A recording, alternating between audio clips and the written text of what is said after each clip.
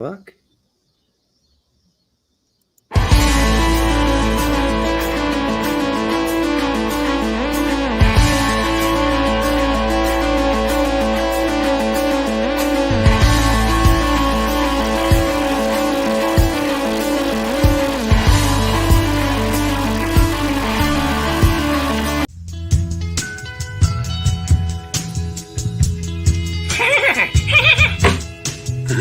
That hurt. And to me, it's nauseating. It's absolutely nauseating because multiple mental health clinicians said that Derek had limited intellectual ability and was not capable of consenting. Congratulations. Boom. Right? Change soccer in America forever. Hella bugs out here. Yeah, bro, I can't keep caressing my leg, boy. Trying to get freaky out here. Your step siblings and also husband and wife. I can't do any of that stuff. That's right. Yeah, in fact, soccer can crawl up my asshole and die for all I care. And that's what the kids do, but I'm a little older. I like that shirt tucked in. Who the hell told you that would not be seen on television? Anal sex is the process of inserting a penis into the anus of another partner. Oh, shit. I did not remove that. All right, here we are, blinded by the light.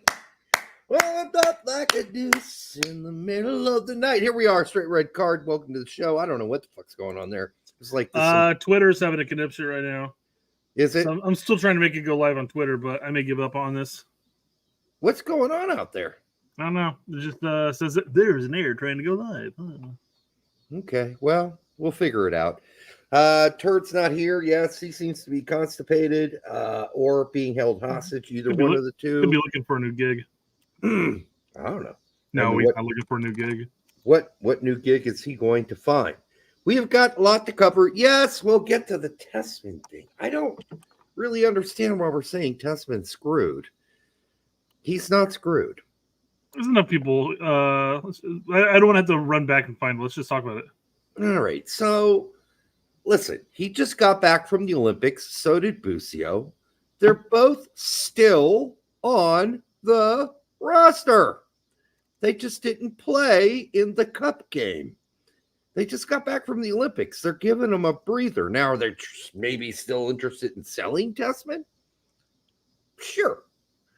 But, I mean, it fell through with Fiorentina because of Tessman's agent. It fell through because of with Inter Milan because of Tessman's agent. If you don't think Venezia wants to hold on to Tessman, if they can, unless another big offer comes, of course they're going to try to hold on to him. I don't understand what we're talking about here. He's absolutely fine, and he'll probably be playing for Venezia this season. That's all. It's not a big deal. He didn't play in the cup game. He just came back from the Olympics. He's probably going to exhausted. So is Busio. So neither of them played, and there were other players, by the way, who didn't play. Well, I mean, has Busio recovered? I don't know. He could still be injured for all we know. So I mean, Tessman played all 3 games, whatever, like all 90 minutes, 270 minutes in a couple of days. Could use a bit of a rest. Sam Buck says Tessman is definitely cooked. I've heard links to Torino. Okay, fine, but that doesn't make him cooked. Bologna, that's fine too, but okay, prove it. Feyenoord, okay, maybe. And Everton, I seriously doubt. I seriously doubt that. The other ones doesn't make him cooked. It just makes him moving. And really, his agent will destroy all of those opportunities as well. Okay, he will. I don't know what's up with that. I don't know what's up with Corey Gibbs, man. He's asking for too much money for him. And they're like, no, we're not paying you that. It's not happening. Tessman to Bayern. Here we go. Yeah, not happening. And I don't think Tessman to Torino or Bologna is probably going to happen. I was going to say this as well. When you mentioned Everton, you said not happening because I was like, I don't know if Tessman's necessarily fit for that league. Actually, I don't think it's gonna gel with what he does. So I don't think EPL is his style. So unless he moves to center back, no. he can't play. I'll agree with you on that. Yes. Yeah. He's too slow on the turn. So, and he needs too much space and time. But we'll see. More than like Tanner's agent is doing a great job of making sure he stays in Venezia. Absolutely. Yes, he has. He has absolutely done that. And then, yes, we got Drake. It's come out. Apparently, the rumors are that he helped save the club from bankruptcy at Venezia. So how strange and weird. You have somebody like Drake manages to go and financially stabilize a Serie B team. Stabilize. What do I say? Stabilize. Yeah. Stabilize. That's right. One too many drinks there. It's okay. Okay. Oh, speaking of drinks. Right? Yeah. God damn it. All right. So tonight, I had this cap off and I put it back on. There we go. I am drinking a Leffe. It's a Belgian ale. It's a golden ale. And it's really just under 7%, so pretty light for a Belgian ale, Leffe. Coors Light and a half. And Coors bought this beer, this beer company. I think it was like 10 years ago. So, I mean, you'd think it would fall to shit and fall apart, but no, Coors pretty much left Leffe alone to do what they do, which is good. And they just distribute here in the United States. All right, what do we got here? Fumar, one of our favorites. Drake can save Venezia, but not the Canadian Soccer Federation. I think the Canadian Soccer Federation, as we mentioned before, needed to reach out to their billionaires in Canada, and eventually they did in order to hire Jesse Marsh. Right? No, man, he just raised $40 million to save Venezia, so that $40 million could go a long way for the Canadian national team. 40 million, yeah, absolutely. But I think he invested in Venezia as well, hoping they would get into Serie A and that maybe long-term investment. I was going to say, he'll see some return on his investment. Yeah, absolutely. And not just the donation to charity at that point. Right. Because donating to Canada is donating to charity, period. End of story. A Canadian not cheating. Well, listen, according to Tyler Adams, everybody cheats. Everybody does it. Everybody does it. It's not a big deal. Everybody does it. Okay. All right. Edgar Castillo for $5. Hey, Edgar. Longtime listener, first-time caller. Hey, good to hear from you. Nice Bob and Tom reference there. Yeah. Have you noticed Jimmy Conrad's been on Reyna's case a lot more recently? It's getting a bit weird. I think everybody's been more on Reyna's case lately. Like, hey, buddy, like this is it. If Dortmund are going to hold on to you this season, at least through the winter, up to the winter transfer window, which we'll get into, guys. Sure, but no, I didn't notice that. I mean, I didn't watch today's show because McBride was on it. And as soon listen, McBride's a national team, legend. As a commentator, I'm having a little hard time digesting the words that come out of his mouth. So I didn't watch it today. So if that's when they said it, I apologize to Jimmy for missing it. Yeah, so there's that. But thank you for the $5, Edgar. We do appreciate it. Thank you for being a longtime listener. We do appreciate that. All right, Brent. For the 100 of you here right now, make sure you like, subscribe, share it with your grandma. I know we're only 8 minutes in the show, and it seems we get to 100 a lot faster these days, which is really nice. It used to take longer to get to like 100, 20, 30 minutes, yeah. Then 300, then 400. It took long time to get there. But now, hey, we appreciate it. What else we got? McBride is the McMuffin to Betty Crocker. Something like that. Listen, Brian wants another job at U.S. Soccer somewhere down the line. He's not going to shit all over him or anything like that. Yeah. All right, I'm going to take a sip of this. Okay, while you're taking a sip on that, let's since I know we are 10 minutes in and we didn't cover any fluff. Look at that. There, you should have taken care of that before going live. That's the beer. That's the beer, bro. Sure. As the kids say these days, bro, bruv. Got a little. What is it? Is that mousse? Is that mousse? It's a little beer foam on the nose. Yeah, that's what she said. This is a tasty one. All right. What do we got here?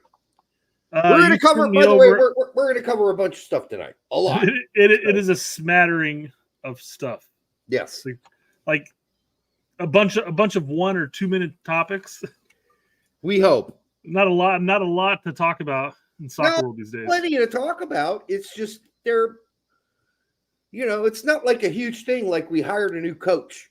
Like that. That's what I'm saying, right? Yeah. But there's no big announcements. Correct. Right. That's what I'm getting at when I say there's nothing really to talk about. We have a bunch of little bitty things to talk about, but that's about it. I mean, they're little. No, they might not be little itty bitty to other people. Yeah. Speaking of little itty bitty, how tall do you think this girl is in this video? Let's watch it. Okay. Excuse me? Yeah. My friend, he saw you. He thought you were very beautiful. He wanted to get your number. Oh. So what really happened there, Brett, is that this guy went over to somebody and said, hey, in customer service, I need your help for a product I'm trying to buy with my girlfriend or whatever, my friend. And he might be lying about her even being his friend.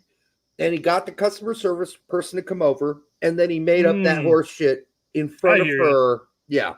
And he just walked away, not because she was tall, although she's really been tall. I mean, she's got to be 6'7", 8. Let's see here.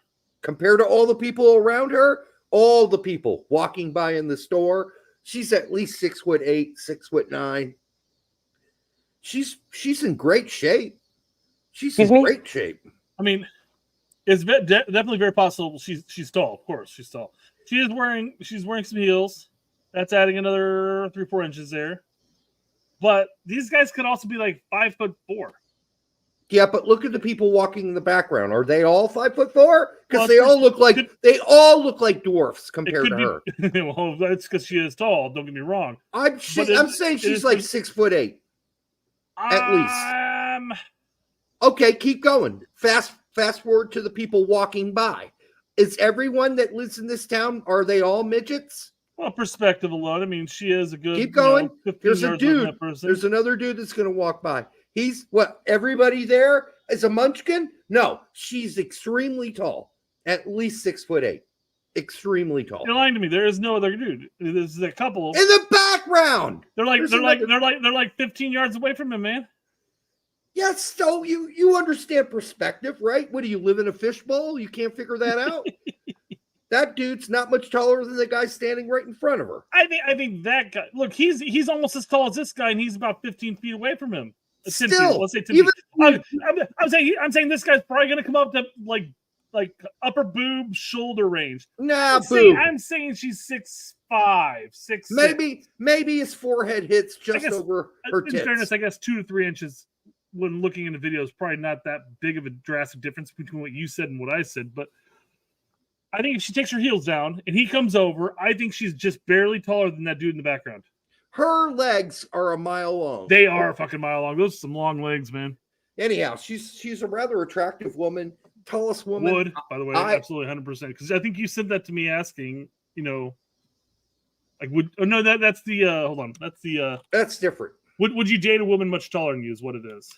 And I have. Yeah, I sure. have. Why not? I dated a center for the IU women's basketball team. Yeah. All right. She was 6'4", 6'3". What am I? I'm 5'11". So everybody in the chat that's giving heights are saying 6'3", 6'4". Nope. No way. Johnny said 6'8". At least. DK says, I think she's 6 foot. Okay, so that guy is 2 feet. So he's what, 4 feet tall? That guy and the guy he brought over are 4 feet tall. They're munchkins? He might be. You don't know. Oh, please. Come on, people. Get a brain. Well, again, she's got like 4 inches. She's got to take 4 inches down. So she'd be like right about here. She's tall. She's still tall. I'm going 6'5" still. I did not date Brittany Griner. She's like 6'10", I believe. 6'9", Brittany Griner. Now, I dated a girl who was 6'3", and I'm 5'11", so she was 4 inches taller than me. All right, and it was okay. It was no big deal. Not a big deal. I mean, not at all, really. I mean, you could look at this and go, well, are they doing the whole Gandalf thing? But looking perspective as far as where they're standing, they're definitely on the same plane. So, I mean, unless you pick the 2 smallest men in the store to confront her. And they're like, wait. Look, 4'8". Look where they stand on the. It's like one shelf up. These guys must. I Well, think he might be not on the screen animore, Brett. We can't see what you're looking at. Oh, you can't see. Yeah, that's right. Yeah. All right, I gotta pull this up real quick. Look, he's barely over the first shelf. I mean, I know that's not like the bottom shelf by any means, but no. And look, the guy's a couple inches taller than him over there. I'm thinking this guy's tiny. This guy's like solid 5'5". Okay, there we go. And the other guy's 5'6", and she's fucking 6'8". I'm sorry. That's just what it is. You guys can go just whatever. Anyhow, doesn't matter. She's very tall. And would that intimidate most men? It probably would. It wouldn't bother me a second. I mean, it'd be a little weird in certain. No, I mean, it wouldn't bother me in the slightest. Well, you're 6 foot. You're 6'2" or whatever, 3. Yeah. Of course, it's not going to bother you. All right. Anyhow, moving on. Moving on. She's a fairly attractive woman, so in the end, that's what really counts. And is she a good person? Is she a good person? That's what really. That's what if you're looking long term, but if you're just looking for an evening of fun, somebody says Elon Spaces have crashed. That's why we're not on X tonight. There we go. That explains it. Because right now we'd usually be at like 300. Yeah. So, yeah. All right. Well, I will get rid of that one just so I don't have to look at that exclamation point. Did you try X again and see if you I even removed it and added it back. And it didn't work? No, it did not. Well, Otherwise, that's because here's my theory. Here's my theory. It's not a theory. It's probably true. Right now, the Mr. Trump, the former president of the United States, is on X live with Musk. So yeah, that's probably crashing X. 100%. Absolutely, completely killing X. All right. So sorry to all the X viewers. I mean, shit, come on over to YouTube. Watch it on here. All right. What else we got? But thanks to the almost 140 of you here already here on Twitter. Make sure you like, subscribe, share it with grandmother, and give your stepsister a kiss for us. All right, what else? Oh, this is crazy, dude. So yeah, I mean, back in the day when we had to find filler to really fill in the space because we weren't sure if we could talk for an hour, we used to have an animal segment every show. We talked about like a bear walking on his leg, his rear legs, hands up in the air type thing. Like, oh, that's cute and adorable.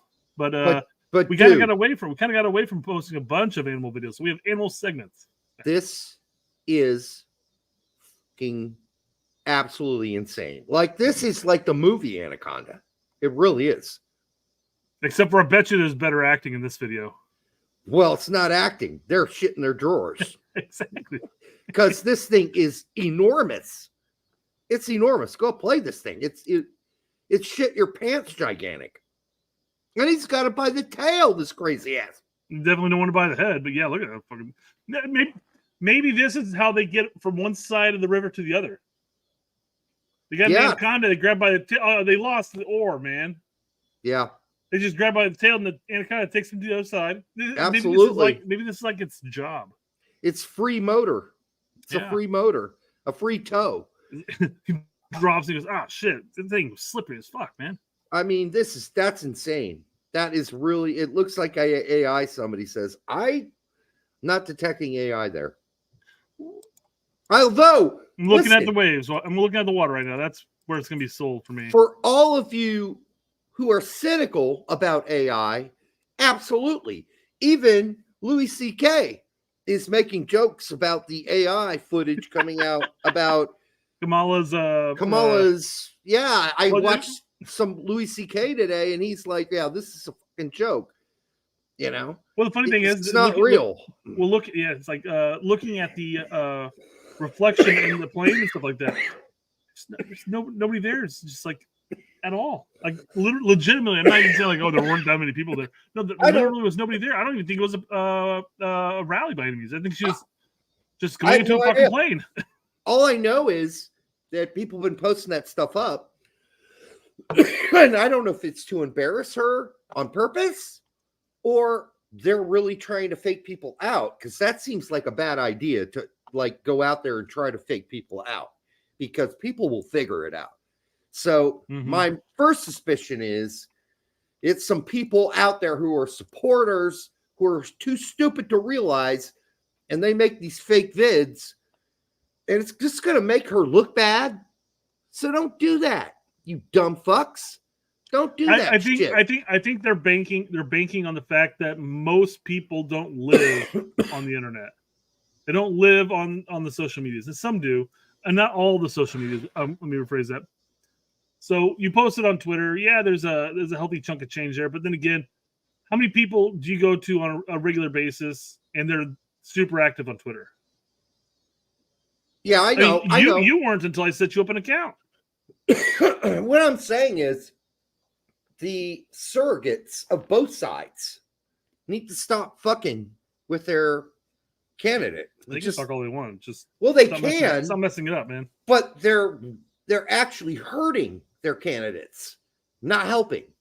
Because the more fake you make it look, the worse it is. And people will call you out for it. So, yeah, all these stupid surrogates all over X, just vomit. Vomit. Shut up. Let's talk about policy. Let's talk about real issues. Real issues. The things that are important. Not this peripheral name-calling jackassery and faking who's got some one side's faking they got a big crowd and they don't. Another side. Anyhow, these are surrogates. And if I were the candidate, I would write the surrogate and say, stop doing that. Please. You're making us look bad. Anyhow, enough of that. Enough of that. Let's get back to our animal videos. Let's stop talking politics. No, it's 2:22. Time to move to soccer. Oh, okay. Well, good. I didn't really want to play this video anyways. I do have a quick music. It's not quick. I guess it's a minute long, but it is a video of music. Mm-hmm. And you being a magician yourself, you probably a magician. would like it. Yes. Have you seen this? I've seen it. It's so bad, dude. It's so bad. It's That's amazing. I didn't know that about you. What do you know? That you're a musician. But that's why I'm interviewing you today, so I can get to know you. So I'm a musician. Mm-hmm. What the fuck that mean? Make magic or something? What is musician? I think you're confusing that. Yeah, I'm not no musician. You don't have to play the full thing, but yeah, no. I mean, it's just that for another 40 seconds. You're right, dude. It's bad, and I'm not a musician. I don't know how magic and shit. I don't know how she doesn't know what the word musician means, but she's offended. She makes music. She's not a musician. She makes music. She says that, and she's offended by being called a musician, as if that's like a clown act or something, like a magician. I listen, I don't know where to go with that, because that's so absurd, and it's so old, by the way. It's been out for ages, that video, and if I were her, well, of course it's old. Did you see the graininess of the quality of the video? Of course it's old. If I was the interviewer, I'd be like, holy shit, what did I just get myself into? Yeah, I don't know. Yeah, I keep forgetting you're circling the same pools that I'm in on Twitter, so you're probably seeing a lot of the same stuff I see. It's like, if you meet somebody that's really, really smells good, you're like, man, you must take some great baths. And they're like, you think I'm a bather? You think I'm a bather? Is that what you're saying? I'm a bather? You think I take baths? Motherfucker, I take showers. Motherfucker, don't you ever call me a bather again. Oh, damn, dude, my bad. Didn't know you took showers. Didn't know you had a big thing against bathers. Well, yeah, I didn't know she had a big thing against musicians, but apparently this woman does. Oh, my God. It's just crazy shit. All right. All right. You're right. 25 minutes in. Let's get to soccer. Chill out, Derek Biden. What did I say to support Biden? I didn't say anything. I think he's just poking you, Derek. Oh, he's saying I'm old? Maybe. That could be Probably. More than likely. All right. Danica Prob smells good. Danica Patrick? Yeah. Yeah. Yeah. Oh, hold on. He sniffs. I haven't sniffed weren't you talking about people smelling good? Oh, yeah. Okay. Yeah, okay. I get the joke now. I thought Pete was going to be on. Where the hell did you get that idea? It was going to be, for the last two shows, it was going to be Tact. Mm-hmm. But he had a strained left testicle, and he couldn't come on. Derek and I are like, you know what? We're just going to do this show solo style. Right. Together. Tact might still be on Thursday. Let's hope there's something to talk about. Let's just hope that. We hold off until there's something to talk about. Otherwise, yeah. Otherwise, it's 30 minutes of this shit, and Tact. I mean, they'll roll the punches and all, but it's sort of like, wait, what are we talking about? Musicians? What? Yeah, we'll spend 5 minutes talking about boobs and penises, or 15 minutes of it, and hope that. But anyhow, there's plenty to cover. Nope. So I'm not. Yeah. Don't worry about your super chat. I will be pulling it up when we get to that topic. Yes. The reason I say otherwise it throws the whole show off. We kind of have a whole progression that we do, and yours happens to be not in the transfer news, but just the Yanks abroad segment almost. It is. Yep. So. All right. So the 150 in here now. Thank you very much. Since Twitter's been hacked and basically been cut off tonight, we're not going to have the usual 400. So thanks to all of you here tonight, live on the YouTubes. Tactical manager, my brother in Christ, he says, what the F is this?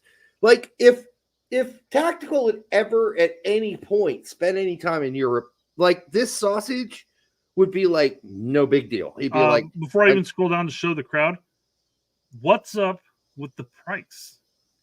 What price? $2.60 pound? Or that's a big ass sausage, Brett. No. I think you're missing my point. It is a big ass sausage for $2.60. Yeah, it's cheap. It's super cheap. Yeah. Look at this fucking thing. Yep. I mean, that's an entire pig. Right. It's a blood sausage. Oh, fair enough. So it's a sausage made out of blood and other things. So it's mostly blood, and it's tasty. I've had a bite of it before. I just couldn't get past the idea it was a blood sausage. Like, a sausage made out of blood. Gross. Yeah. I feel like it has to congeal when you cook, right? Mm-hmm. It does. Like when you cook liver, remember? Full of iron, that sausage. You cook chicken livers, that shit on the side actually congeals up. So it's tasty, but the more you think about it as you eat it, you're kind of like, it's kind of gross. I'm eating blood. All right. So real quick, is that the euro or is that the pound? What is that thing? Is that the euro, right? It's somewhere in Czech Republic. All right. So why? No, so the 260. I was looking at the euro to dollar and the pound to dollar. Yeah. And the pound to dollar is like $1.60 for the pound to $1 America, right? Mm-hmm. Yeah. But the euro's pretty much spot on. Like it's almost the exact same. So that's legit $2.60. If you're in England, that price is going to cost you roughly about $4 American. A boo fucking who? That's a big ass sausage, dude. Big ass sausage. I like Miguel here goes, that sausage is no big deal if you're on OnlyFans. It's fair. Boomer, why are you telling us to pause, buddy? You got to take a poop? He means, I think he means to say pound. Oh, pound. He's probably texting. He's probably doing it on his phone, and it keeps autocorrecting him. Hey, man, I want to respect a guy's right to poop with, spare time. £2.60. Yeah. Okay. Yep. So that was the sausage. I was really surprised. Tack didn't know anything about blood sausage, but it's very common across all of Europe except for Britain. Although I just assumed it was a well-cooked sausage. I didn't realize it was blood sausage, but Alex Gavin says the old blood sausage was made from the enemy's blood that died in combat. Where you can get it. Hey, like I said, though, man, high in iron. So, Fumar says, "Nah, pause for all the dick jokes from the guys." Okay. I knew there would be dick jokes about this sausage because it is, it's large. And we all know where that conversation's going, right? Absolutely. That's like when I called the... well, we have so many different phrases here. So pause is black vernacular for stop being gay. And then Jasper says pause equals that's what she said in Gen Z speak. That's like when we used to make the prank calls to the... what's the store with all the tools, Brett? Where you go buy tools? I don't know, Ace hardware store, and we would call them, and we go, and we were just using the crank anchor stuff, and we were like, sure, hey, yeah, I'm looking I'm looking for some cock. They're like, oh, you're looking for some cock? Yeah, I'm looking for some cock. And do you guys have white cock? They'd be like, yeah, we do have white cock. Do you guys have black cock? And they'd be like, oh, yeah, we got black cock. We got all kinds of colors. Is the black cock bigger than the white cock? Well, we've got all types of sizes. Czar says Homo Depot. I think you mistyped that. But I pulled that up because I was going to make the joke that there were no Home Depots when Derek was young. That's why I went with the Ace Hardware reference. Yeah, no, I just went to regular old mom and pop hardware stores. Actually, yeah. Okay, he did say it was a typo. I assumed it was. I assumed it was too. Yeah. We don't use that kind of language here on the show. We are fully supportive of all of that, as well as the futas. All right. What are we doing next? Futas everywhere unite. Okay. World Soccer Talk says, growing tired of people trying to downplay Wrexham's AFC's accomplishments with weak takes. Spending money doesn't guarantee success. He's absolutely right about that, by the way. Mm-hmm. You have to earn promotion. Just look at Salford City, co-owned by Beckham. Owners have poured millions into the club. They're near the bottom of League Two. Yeah, so he's right about that. Pouring money into any club, look at Chelsea, means absolutely nothing. You have to build the right chemistry, the right culture. You have to get the right players in and the right manager in. And Wrexham has managed to do all of that. So I do feel like in many ways, Max is kind of downplaying the story here a little. Well, it's still amazing they've been able. It's still amazing they've been able to accomplish what they've accomplished, even though they spent more than everybody else. Well, who cares? Yeah, who fucking cares? That's the point of the game at this point. I mean, if you're expected a fourth and fifth league that everybody's on equal playing ground like MLS is, okay, whatever. That's dumb because at this point it's a buyer's market, and you. Just like he says, you don't always get promoted with paying for it. But yes, it does help you, but you're still going back-to-back promotion. Yep. And you're going for your third. It's a great story. Yeah, it is a great story. So, Max, you're just wrong on this one. And, it's not the first time you've been wrong because your job as a paid employee of Major League Soccer is to, of course, endorse Major League Soccer and support it. So when people say this could never happen in MLS, they're absolutely right. It couldn't because there is no promotion and relegation in the United States. So no, they're right. It could not happen. And yes, it is a great story. And I'm sorry, you think they're favorites. That's fine. They're favorites because they built themselves into favorites. They paid the money, yes, but money does not buy you love, brother. And I don't know if you've ever heard that song by the Beatles, but it doesn't. And so they found the love on their own. They've created a great culture, a great team, a bunch of great players, got a great manager. They're doing all the right things while Salford City, who tried to do the same thing and replicate what Wrexham did, are fucked. And they're going nowhere fast. So I don't think that's fair on Max's part, actually. Well, I think where Max is getting it wrong here, in my opinion. Because he does say it doesn't just because they spent more money doesn't mean they didn't earn the promotion. But he says Wrexham is not an underdog. I don't think anybody is liking Wrexham because they are an underdog. Now they may like it because that's how the Wrexham show on Netflix may portray it. Hey, we're a scrappy 4th, 5th division team. We're an underdog. Hey, we got promotion. Woo, that's exciting.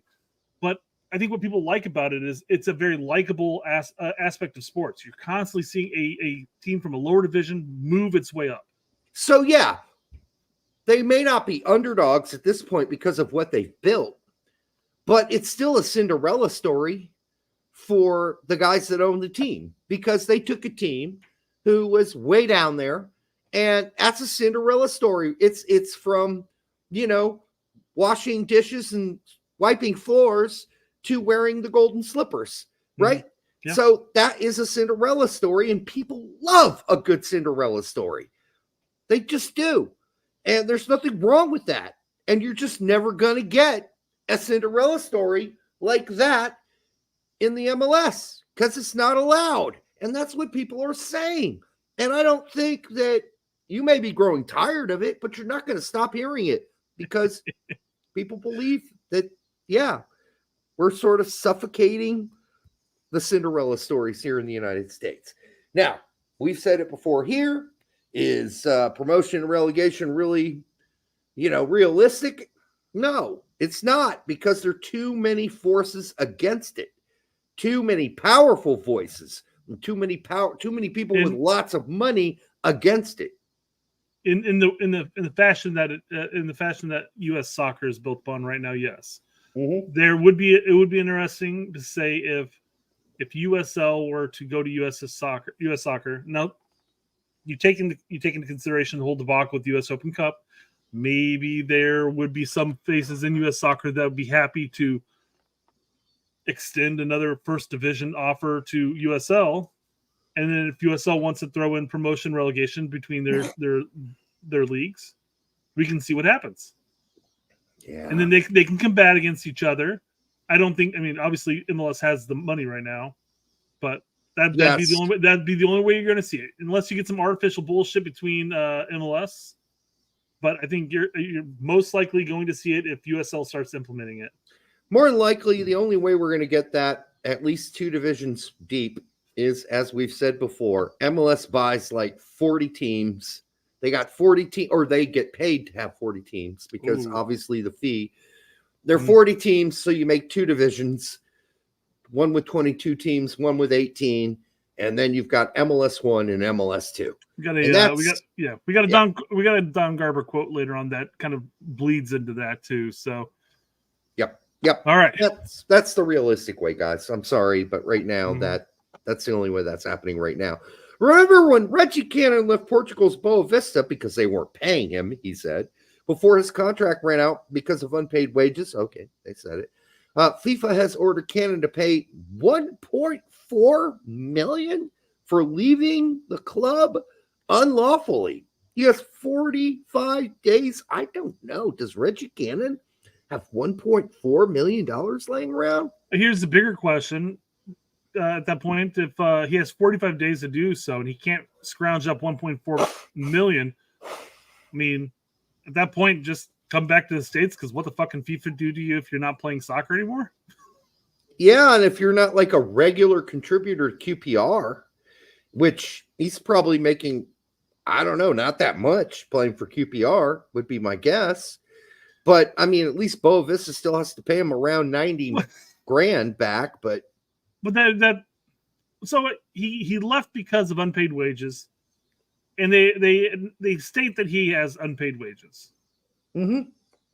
Does FIFA just expect every player to sit and play at a club, even if they're not paying him?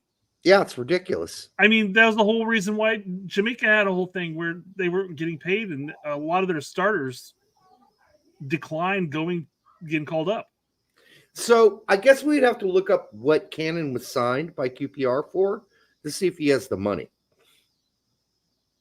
And what his wages are, because $1.4 million on the level he was playing and not getting paid for, by the way, at Boa Vista.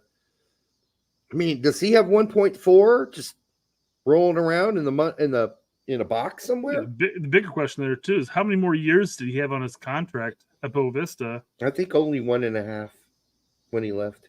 Okay, so they saying roughly he's making whatever. Not gonna do the math. Well, he wasn't made much. He wasn't making much at Boa Vista. Yeah, let's just be real honest there. So anyhow, tough deal for Reggie. I wish him the best at QPR this season. I hope it's good. Did you see all the list of players U.S. Soccer boasted for the champions championship this season? They left out like a bunch of players. Oh, dude, you just jumped forward like 20 tabs, man. Oh, my bad. No, I didn't know you had that. I was going to talk about this when we talk about like the Yanks abroad and the season, the preseason, the preview for the seasons and all. But I mean, they left out a shitload of players. It's crazy. We can talk about it, yeah. Let's go. But did this graphic run out of space? DK, Hobby, Holmes, Gooch. Nice sentiment. Gooch. That's a good call. I didn't even think of Gooch. Yeah. But I mean, why do you have to make it so small? You could fit a lot more names. There are a lot more players playing. Have a right here, a second post underneath it with a different graphic. You don't just post one and say, "Let's go, guys." So somebody brought up the point that maybe it's players who've been recently called into the U.S. national team. Reggie Cannon hasn't for ages. Sorry, no. Before the World Cup, I guess. Yeah. So I don't think that's what this is. I think the idiots that put the graphic up simply haven't done their research don't know. This is good enough.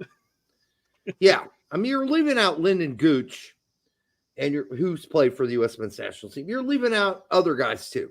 Mm-hmm. So, yeah, pretty poorly done. It looks like you're picking favorites. It's not good. If you're going to wish Americans well in the championship for the season, wish them all well. All of them. Not just some of them, all of them. Wish them all well. What kind of crap is that? I mean, it's just, Jackie D's asking if Hoppy counts. He's technically a rostered player for Middlesbrough. He just doesn't get utilized. He doesn't dress. Yeah, listen. The whole Hoppy situation is really disappointing. I don't know what he's got to do, whose dick he's got to suck to get on that team, but it's not great. Or just, if you're gonna take a 23-year-old and put him on the 21 team, just get rid of him in the contract, or say, hey, bro, you can go wherever you want. You're a free agent. Go for it. Get out of here. Yeah, but if you're gonna do, if you're U.S. Soccer and you're gonna do these kind of graphics, you just need to get it right. You just need to, and they did the same thing with Holland too, right?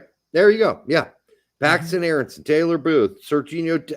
Like, we have 5 players playing in Holland? No, we don't. We have about 9 players playing in Holland, including Rick Van Hees, who's also moved up to the big boy team. So it's like, come on. Anthony Fontana, Anello. Ledesma.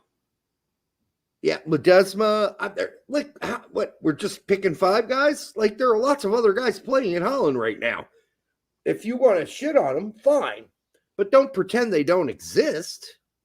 Mm-hmm. Philippe Sandler is a dual nat.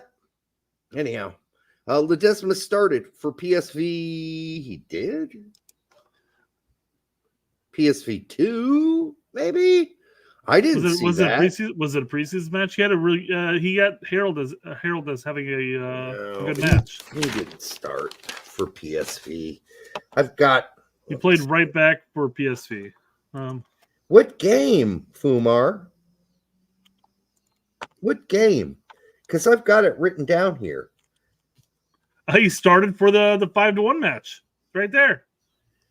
Where? Put it up. You got it? Shit! How did I miss that? You know why I missed it? I wasn't looking for it. That's why I missed it.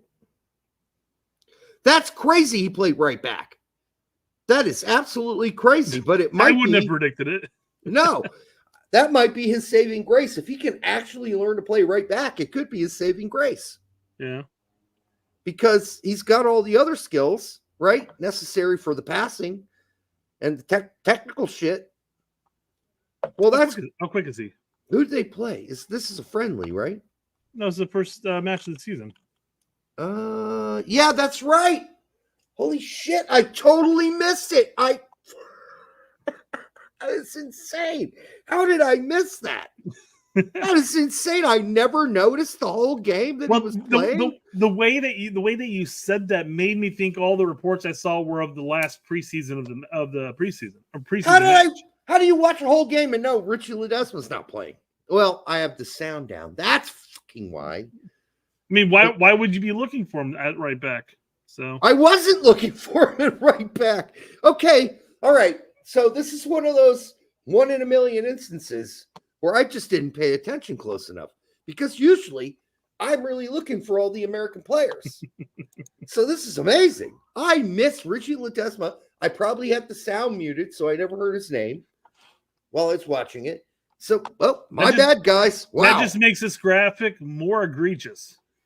You have a starter for PSV. Yep. Where was Pepi this weekend? Yep, absolutely. Pepi was playing for PSV 2. He scored a goal, to his credit. That's good. But that's one way to get him more time, right? Because his agent demanded more time. They're like, oh, you want more time? You'll play for the PSV 2 team. Whatever. Go there and show it up.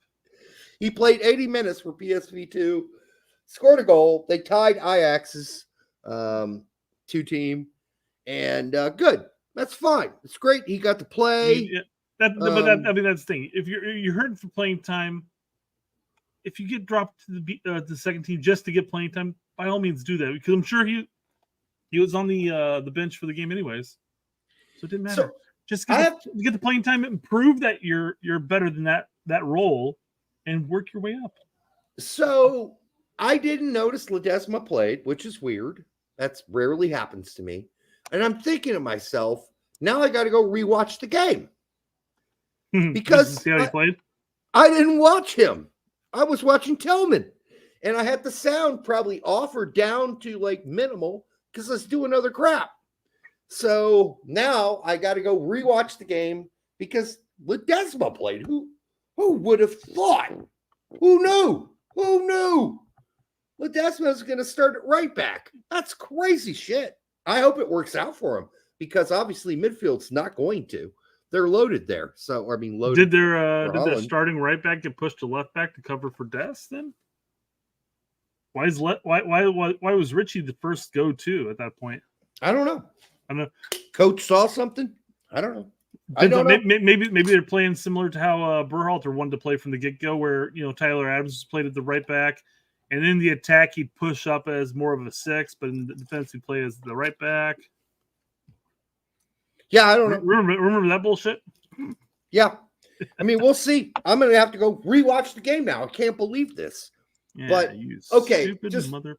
somebody's asking, but I wasn't watching 2 games at the same time. I rarely do that. But I am working I have to renew my teacher's license because I've been hired at school. I've been working a lot on that. So my face is buried in the computer and I'm watching the game like this and then back to the computer and back to the game and back. So yeah, I mean, there's so much bureaucracy you wouldn't believe. So I've been a little busier than usual on the weekends. I also went to my parents again this weekend. I've only ever worked for the public sector, so I know exactly what you're talking about. Yeah. If Derek had Brazzers on at the same time. I did not have Brazzers. I'm not a Brazzers guy. That's not my thing. Hey, it's free now, Derek. It's okay. Well, I know you're more of a hub person, but I mean, Brazzers is free. I got all kinds of things. By the way, we are currently at 169. Yeah.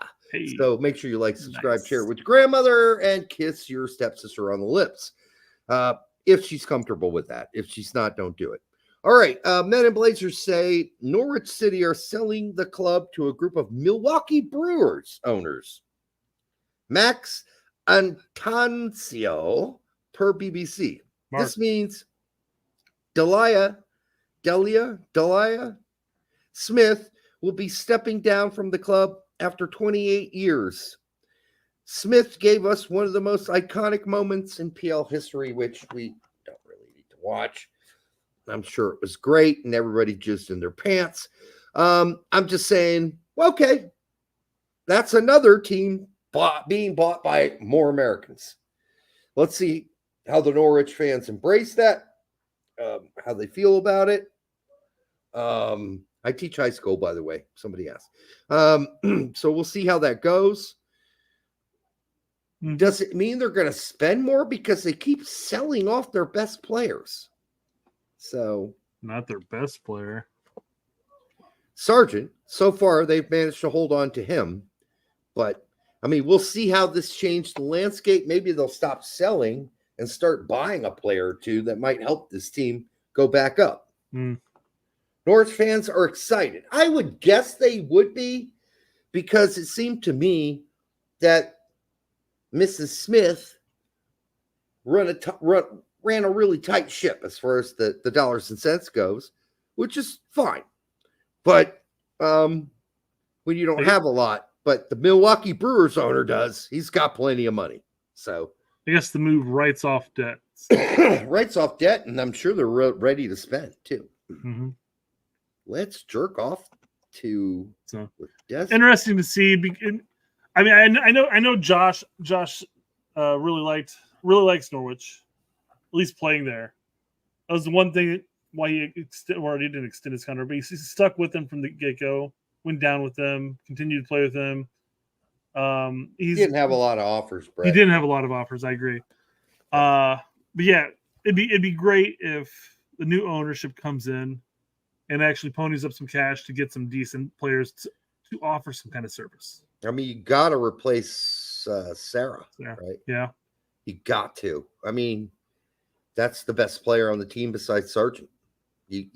I don't know what you do without that guy. So, yeah, let's see what happens. They fired, of course, David Wagner. Like, the grass is greener all the time on the other side of the road. No, it's not. I think that was a stupid move. I think David Wagner got them to the promotion playoffs. I mean, what did they expect? To win them? Like, that's not 100% proposition. To get them to the promotion playoffs when Josh Sargent was injured most of the season was an accomplishment on its own. Well, I mean, shit. Look at what Leeds did. They were 90 some odd points, like 99 points or whatever. They're like just shy of 100 points for the season. And they didn't qualify for promotion. Correct. Well, they qualified for the playoffs. No, that's what I'm saying. They didn't qualify for promotion. For direct promotion, yeah. Yes. That's correct. But they didn't fire Farka. True. That's my point, though. Yeah. You got to take the season into consideration. Wagner got them into the playoffs, gave them a fighting chance to move forward. They held Leeds off on a 0-0 draw in the first match and then got curb stomped in the second match. Yep. Well, because Sargent had to come out at halftime with an injury. But the point being is that he got them to that point. And that's the point. Quite frankly, unless you're going to be the top two teams, and maybe Norwich fans were hoping for that, but I mean, nobody predicted that would be the case. So hey, if Sargent were healthy all season long, who knows? But yeah, so BMR saying you're criticizing Norwich owners for having high expectations. No, we're criticizing them for not understanding the circumstances. Their lead striker and top scorer was out for a massive chunk of the season. It's just a fact. And he still got them to the playoffs. So I don't know what you want him to do. I think what's David Wagner gonna conjure up a center forward for that team? Because they didn't have any others that I think were equal to Sargent. There's no one close.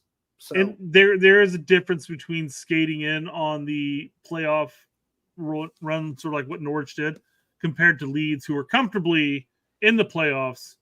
They just weren't a direct promotion. So there's a difference between that when it comes to manager.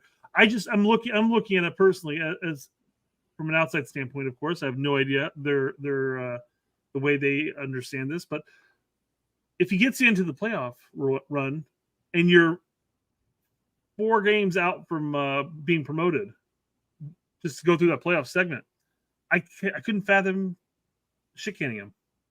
Yeah, I was surprised David Wagner lost his job. You can call that high standards, but also BMR, is the grass always greener on the other side of the road? I don't think so.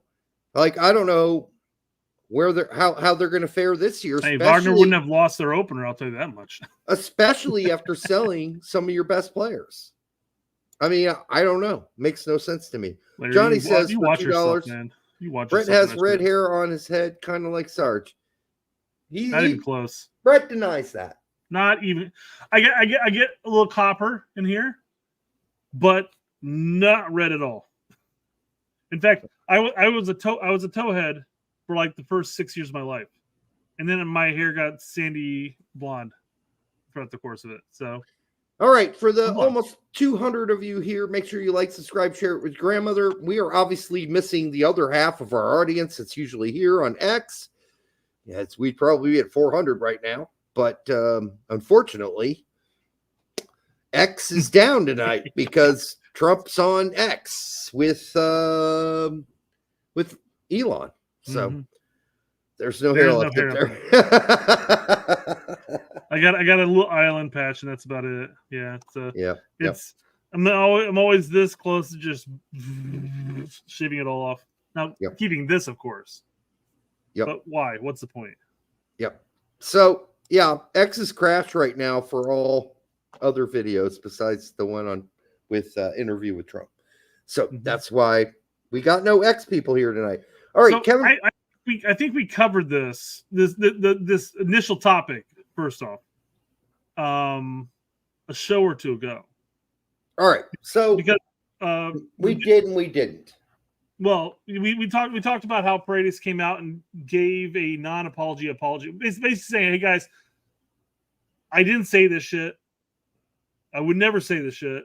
You know, so right, he didn't say it. Yeah, as far as I understand it, but people on the social media ran with it, and now he's getting death threats and all kinds of shit from Moroccan fans, which is not cool. It says Kevin Paredes facing death threats and racist abuse because of fake quotes about him insulting Morocco. Why is he getting racist abuse? Like, aren't Moroccans African? What the fuck? I don't know what that's weird. That's weird. Yeah. Yeah. Well, we're no. You know, we understand the whole. You make a statement about something and you get death threats from that insert random country there. Now, of course, he didn't do it, whereas we did say that Serbia was, going to qualify 4th in their group. Yeah. So, what year was that? 2011? 10? No, it's 2010 World Cup, yeah. Yeah, we got death threats. People said, we're going to find out where you live and we're going to come stab you and your whole family. Yeah, it's weird shit. Super weird. It's not pleasurable getting death threats. And I'm sure it's affected him. I hope it doesn't affect his play going forward. But yeah, he even says it can really ruin someone's mental health or just their mind in general. Well, yeah, I hope that you can get over this, Kevin, and move on. And 99.999999 etc% of all the abuse and threats you get are just talk on the internet. It is legit just keyboard warriors, but all it takes is that one person. All it takes is that one person to do something stupid. Now, listen. People are saying Morocco are Arabs. Listen, they're still Northern Africans. And Paredes, for whatever he is, I don't know his background. If you're, making those kind of comments, that's fucking racist, dude. And and from an African country, you should know better than that. You really should. I mean, I don't. And Johnny says, or somebody says they hate blacks. Yes, racism is everywhere. There's no doubt about it in North Africa and certainly in Eastern Europe and even in Europe proper, frankly. And like anybody comparing it to what's going on in the United States, if somebody said a racial slur to a basketball player in the NBA, the crowd would probably beat that guy to death alive right there in the crowd. Okay? That's just not accepted here. But throwing bananas and saying racial slurs is still apparently still somewhat acceptable in certain places in Europe, Italy, Eastern Europe, some places in England. It's not good. It's not good. Yeah. Whatever way you want it. Rico Post says a continent isn't a culture. So just because they're on the African continent, I never said it was. They're African, is what he's saying. I never said it was. There are different cultures all across Africa. Absolutely. Moroccan food is actually very different from Egyptian food and Sudanese food and food from Uganda and food. I know this. And they're very different peoples with very different cultures. So I'm just saying, I find it odd for people who are brown to be calling other brown people horrible things. I think it's weird regardless of the race. Yeah, regardless. Yes, it still doesn't make any sense. Doesn't make any sense for me to throw for Italian fans to throw bananas at players and call them racist shit. That doesn't make any sense to me either. I think it's horrible. But I don't need the lecture. I know my history and I know my countries. So I appreciate it, but I got you. Jasper says I'm half Moroccan descent. Can confirm the country is in Africa. It is in Africa. It is. Judgmental Deity says there is no racism in Antarctica. It's because nobody lives there. So, okay. It's really interesting. Because a big, a percentage, so it's like 8% of me is Sami, Sami, Sami Finnish. They're native Finns. They're a lot like Eskimos, okay? And they settled Finland, just like in, Canada, Northern United States, Canada, the Eskimos settled. And they are, for a long time, were disparaged like race in Finland. And so there's all kinds of weird shit going on everywhere. There's no doubt about it. We just need to get over this shit and just start each facing each other and talking to each other as fucking human beings. That's it. Not by color, race, creed, all that shit. Fuck that shit. When I meet somebody, all I want to know is, who are you? That's all I want to know. I don't care what your melatonin is or what tribe you're from. I don't give a fuck about any of that shit. Like, who are you as a human being? And that's what the standard we should all be living by. All right. Yeah. Just scrolling through some things real quick before I move on. All right. JT's responded to Peter here. Peter says, at some point you have to say someone doesn't deserve your attention. We gave you nearly an hour, Elon. This platform just doesn't work for these events. And it crashed our show on X. JT goes, I agree. I can't listen to this red card on this platform. Oh no, he can't because he crashed X again. Like, how can't they fix this?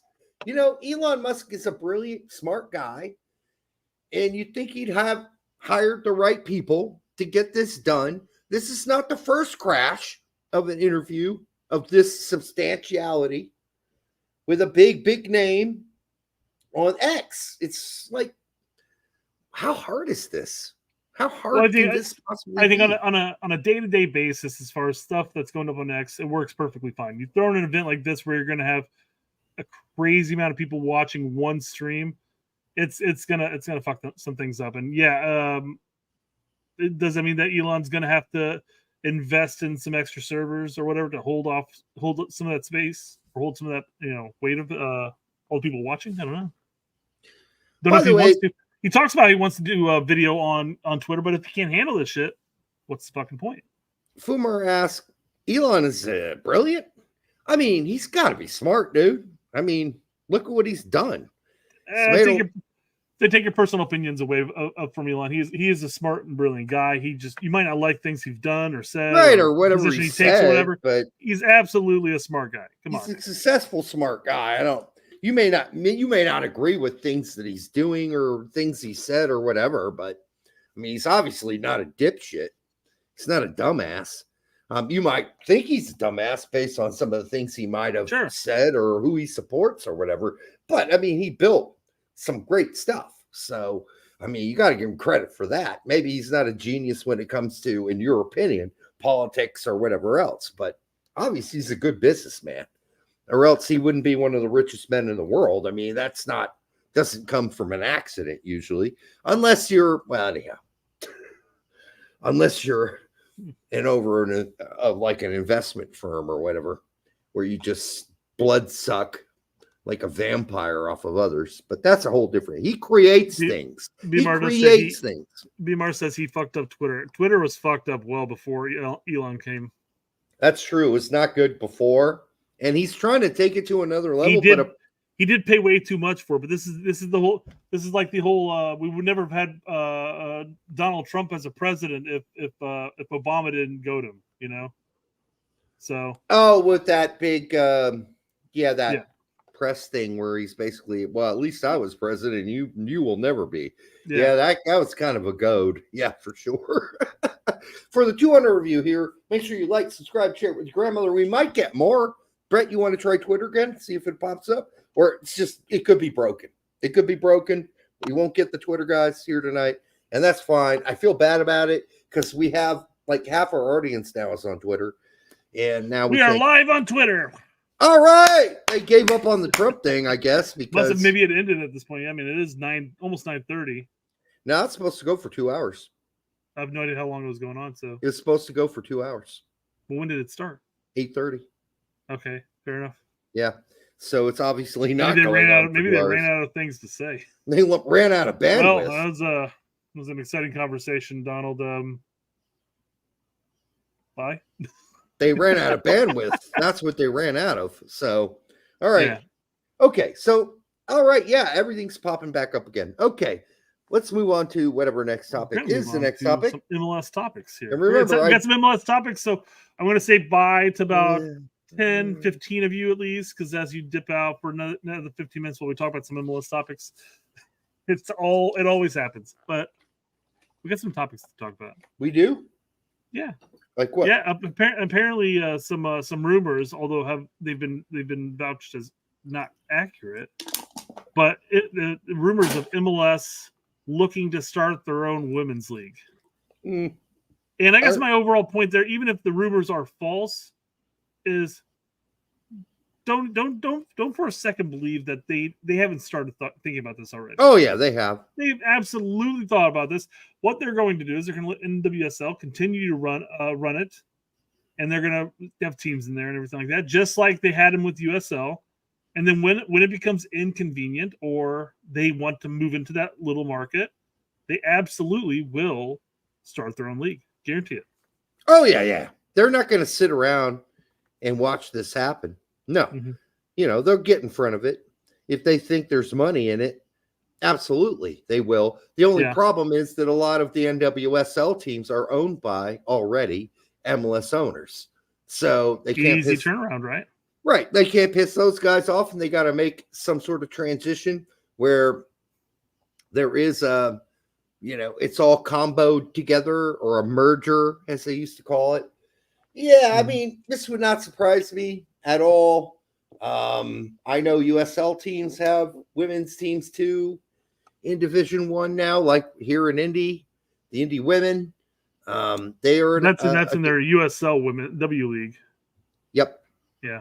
So, yeah, we'll see how this works out. But don't doubt for a second if MLS thinks they can make money on the women's league, they're going to go try to do that. They're not going to run a charity, I can tell you that for sure. Yeah. So go ahead, Brett. So I said MLS is working with Hasbro on their new Monopoly version. When playing Monopoly MLS version, you go around buying up smaller markets to squash out your opposition. Indiana Avenue turns into Indy 11. Railroads turn into MLS Cups, and electrical is Leagues Cup, etc., etc. Yep. That's all it is. MLS is going, oh, yeah, I see you have something over there, and I'm just going to urinate all over it to make sure that you know that it's mine. Yep. Squash, squash, squash. Indeed, yes. Yep. No, it's absolutely true. And then, that's why that whole thing with, and I don't know if we brought this up with Alexi when he was on the show, but yes, we're going to in about 5 minutes, Eric. Let's not talk about it just yet. But what do you mean? It's totally relevant. No, it's coming up here. Next slide. Literally what you're going to bring up is next slide. All right. Yeah. So there's Adam Wiggins, I think it was. Or no, it was our friend Brett, actually, who does the Dolphins podcast. He tagged me in these quotes. But this is Garber talking about MLS Next Pro. It's too small. I'm gonna read it. Don't worry. I don't think I can't zoom in. Never mind. There you go. That's great. Yeah. So with MLS Next Pro, we're building a third division in our country. We'll have a hell of a lot more teams than we have today.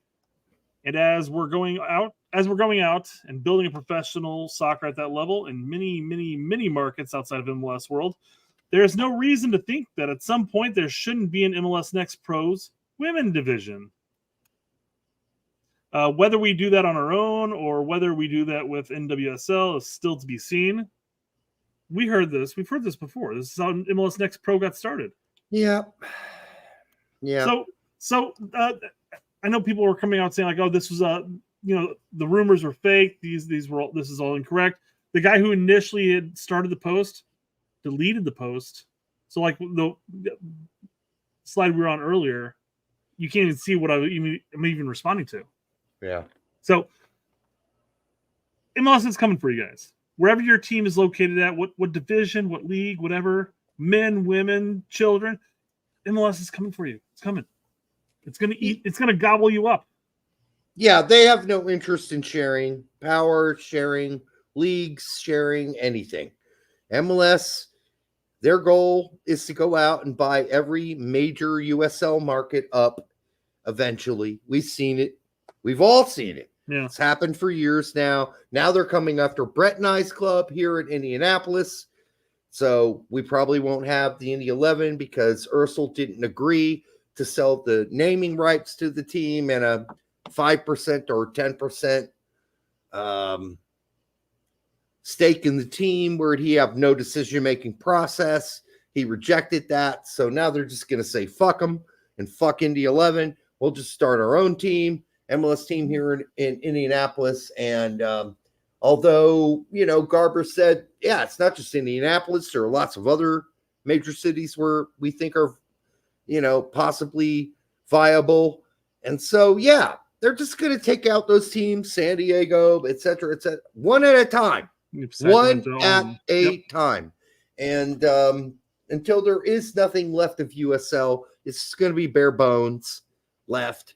All the major cities, whether it be 40 of them or eventually 50 of them, and they form MLS 1, MLS 2, whatever they do, more likely that's not going to be the case. They'll form MLS East and MLS West and have 25 teams battle out in the East and 25 battle out in the East. And then, 20 of them make the playoffs. Yeah.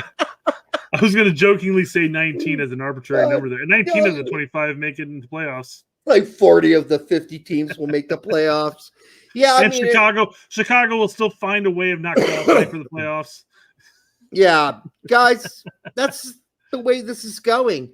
And people like Ted Westerfeld, who, listen, I've known Ted for a really, really, really long time.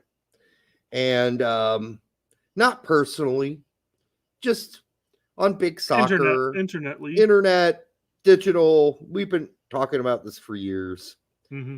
He's just, in order to believe that pro rel is ever going to happen, you really have to be taking a lot of drugs or you have to be completely delusional. And The money is just too big, folks. Have you not noticed that we're down to like 4 record labels and 4 mass media markets, or 5? When I was a kid, there were 72 record labels. Like, this is all about condensing power down to a handful of people, whether it be media, whether it be soccer. It's just where we've gone. And don't let anybody tell you this is capitalism, because this is not capitalism, because that's not how this should work. There were basic restraints on monopoly before this, especially during the Teddy Roosevelt era. They're all gone. That's why there were only like 3 major insurance companies left in Indiana back when I was hiring and negotiating with insurance companies in the early 2000s, in the late 90s. Back in my day. For my organization, I could negotiate with 5 to get a good deal done, right? Can't do that anymore because now there's only 2 or 3 left. And this is happening everywhere. Everything's turning into a mass conglomeration. It's a fucking oligarchy. And as long as that continues, and listen, there's so many more examples I could give. I'm not going to spend all night talking about that because that's not. The point being that MLS has all the power, all the money, all the billionaires, and, to overthrow that, especially the influence they have over U.S. soccer, is impossible right now and probably going forward in the near or long future. So let's just be really honest about that. No, MLS is not buying USL. Why would they do that when they could pick, as they just did at Indy? They had a conversation with Simon, the owner of the Pacers. Simon just went out and bought empty space in downtown Indianapolis to build a new stadium for the future MLS team. And he's going to have to pay $500 to $600 million just to get in the league with his other investors who are Chelsea-linked people. Why would you buy USL when you can cherry pick the teams you want and the markets you want, and they pay you, not you pay them? Why would you buy USL? You wouldn't do that. That's why Lawless is a moron. He would never. MLS is not, they're not stupid. They're not going to buy USL. They're going to cherry pick the teams. They're going to find a billionaire like Herb Simon. And is it Herb Simon? Yeah.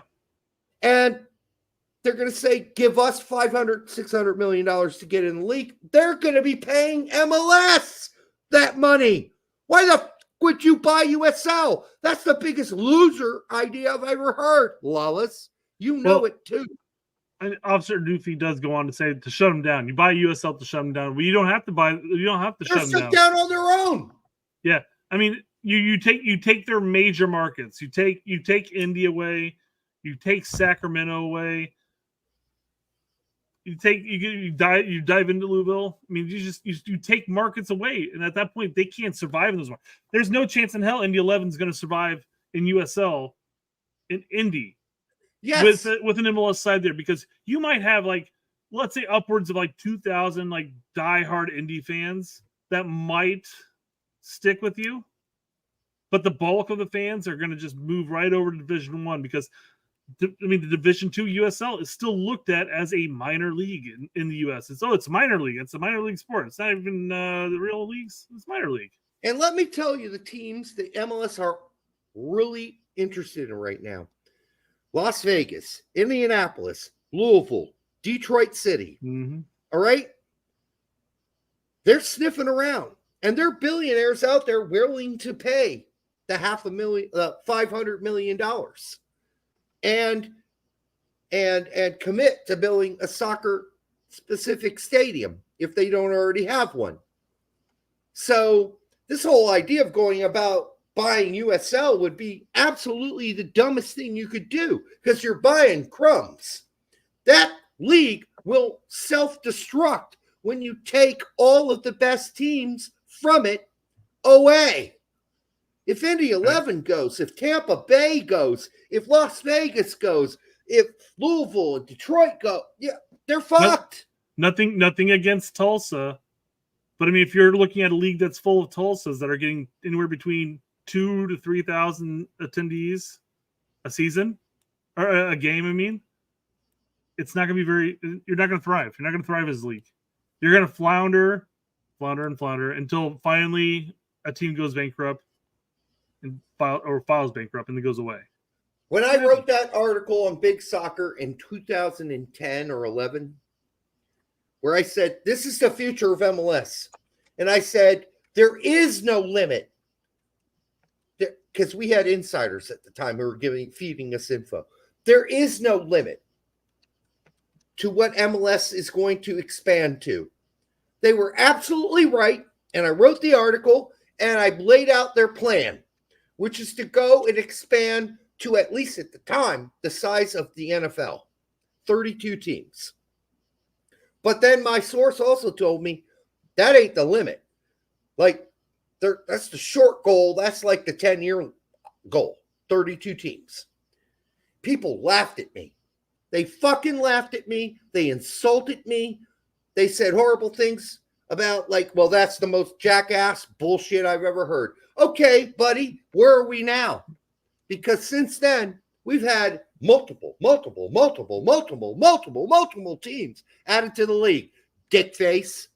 So who was wrong? You or me? You were wrong. I was right.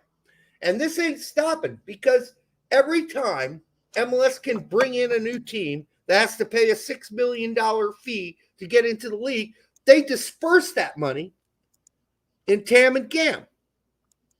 So that also meets Garber's goals for somehow, in one way or another, going over the heads of the cheap owners who don't want to raise the salary cap. He's doing that on purpose. That money gives him the flexibility to throw out money to the teams and say, here's what you get for TAM and GAM this year, because another new team, Nashville or whoever it was, just paid another $600 million, $500 million to get in the league. San Diego. St. Louis. Yep. St. Louis, Austin. So listen, people are not being realistic about this. We have been realistic about this since 2010, 2011, 2012. We've been talking about this issue. We've been telling you what's going to happen. And people who were back with us at Big Soccer back in 2010, 2011, 2012 know what we're talking about, because they were there back then and they already knew what was going to happen. Maybe some of them didn't believe it. A lot of them were like, well, that'll dilute the player pool. No, it's not, because those guys are just going to go to South America and buy a bunch of foreign players. And that's exactly what they're doing. It's not going to dilute the player pool. There's just going to be fewer Americans and a lot more foreigners playing in the league. I mean, what did you think was going to happen? The whole idea of diluting the player pool is a fucking joke. It'll dilute maybe our playing pool, because we're going to go buy a bunch of Uruguayans and Paraguayans and Colombians and Argentine players and some Brazilians. They're going to fill the ranks of the roster. And there will be like 3 or 4 Americans starting for the teams that play every MLS game. 3 or 4. Not much more, unless you're like the Revs. Yeah, I think, for a long time, they started like 8 Americans, 7 Americans. But that's not going to be the norm going forward. We all know that. So anyhow, the point being of all this is we got to be realistic about the future. The future is in the hands of the billionaires that own and have spent their money to get into MLS. No one's going to take that away from them. Not Ted Westerfeld, not a chorus of boos. Period. All right. Sorry, Brett. Go ahead. Chris Kessel's asking for everybody's thoughts on this this post. David says, you really think MLS would try to destroy a league that already exists in the USA? You really think the there MLS has to be would... there's no sarcasm tag there, right? That's got to be because, yes, it's going to destroy them. If you take every major market out of USL, let's say Indianapolis becomes Indianapolis FC tomorrow or next season, Indy 11's a goner, baby. They're a goner. Every casual fan, every mom, every whatever. What USL side picked up after the Timbers and the Sounders left? There's none. There aren't any. None. I know that's literally the USL side moving up, of course, but point being is their MLS is actively taking away massive markets from USL, which is fine. You're allowed to do that, but they're actively focusing on USL's top markets, which, again, that's where MLS would want to expand, but okay. Cap it off, man. USL's doomed, people. I hate saying that. We started a USL team. Well, we actually started an NASL team. Brett and I were the president and vice president of the Brickyard Battalion on the board. We worked with Ursel. We worked with Peter Wilt to build that team up. We put a lot of hours in, a lot of long hours for free, building that team and building that base to support what was at the time an imaginary team that became a real team. Listen, it's going to go. I mean, Garber said just as much at the halftime show of the MLS All-Star game. It's not just Indy. We really like that market. He hates. We are biased, yeah. He talked about a lot of other markets too. Las Vegas, Detroit, he didn't say this on the show, but we all know the ones they're interested in. Las Vegas, Detroit, Louisville. There's one other California market I'm forgetting. Sacramento? Yeah, Sacramento. Yep, there you go. Real quick, they're talking about MLS going to a 50 team league at some point. John says they're never going to do that. They're just going to make more divisions. Well, conferences, I would imagine, more so. Like, this is the Midwest, this is North, this is East, this is South, et cetera, et cetera. Right. That's probably what you'd see more likely than an MLS Division 2 or anything like that. Yeah, I mean, if there's like 50 teams, well, let's just go with 40, then it'll be 20 and 20, right? Mm-hmm. If it's 50, I don't know how you break that down, but you could. It's not a great number to break it down into like 4 or 5 divisions, but you could do it. A bunch of 13s, and you just keep adding until you get to 60. Right. So that's what they're going to do, people. You'll play most of your games against your division, and then you have a scatter games outside of your division. And, you know, it's going to be an unbalanced schedule for the most part. But real quick, as we've talked about Indy 11 a bit here. Let's just cover this topic. Do you think the Indy 11 name sticks around? So, just to answer that real quick, the whole point of Herb Simon and his investors from Chelsea Connections offering Ursel 5% was to keep the name and keep the branding. Don't reinvent the wheel.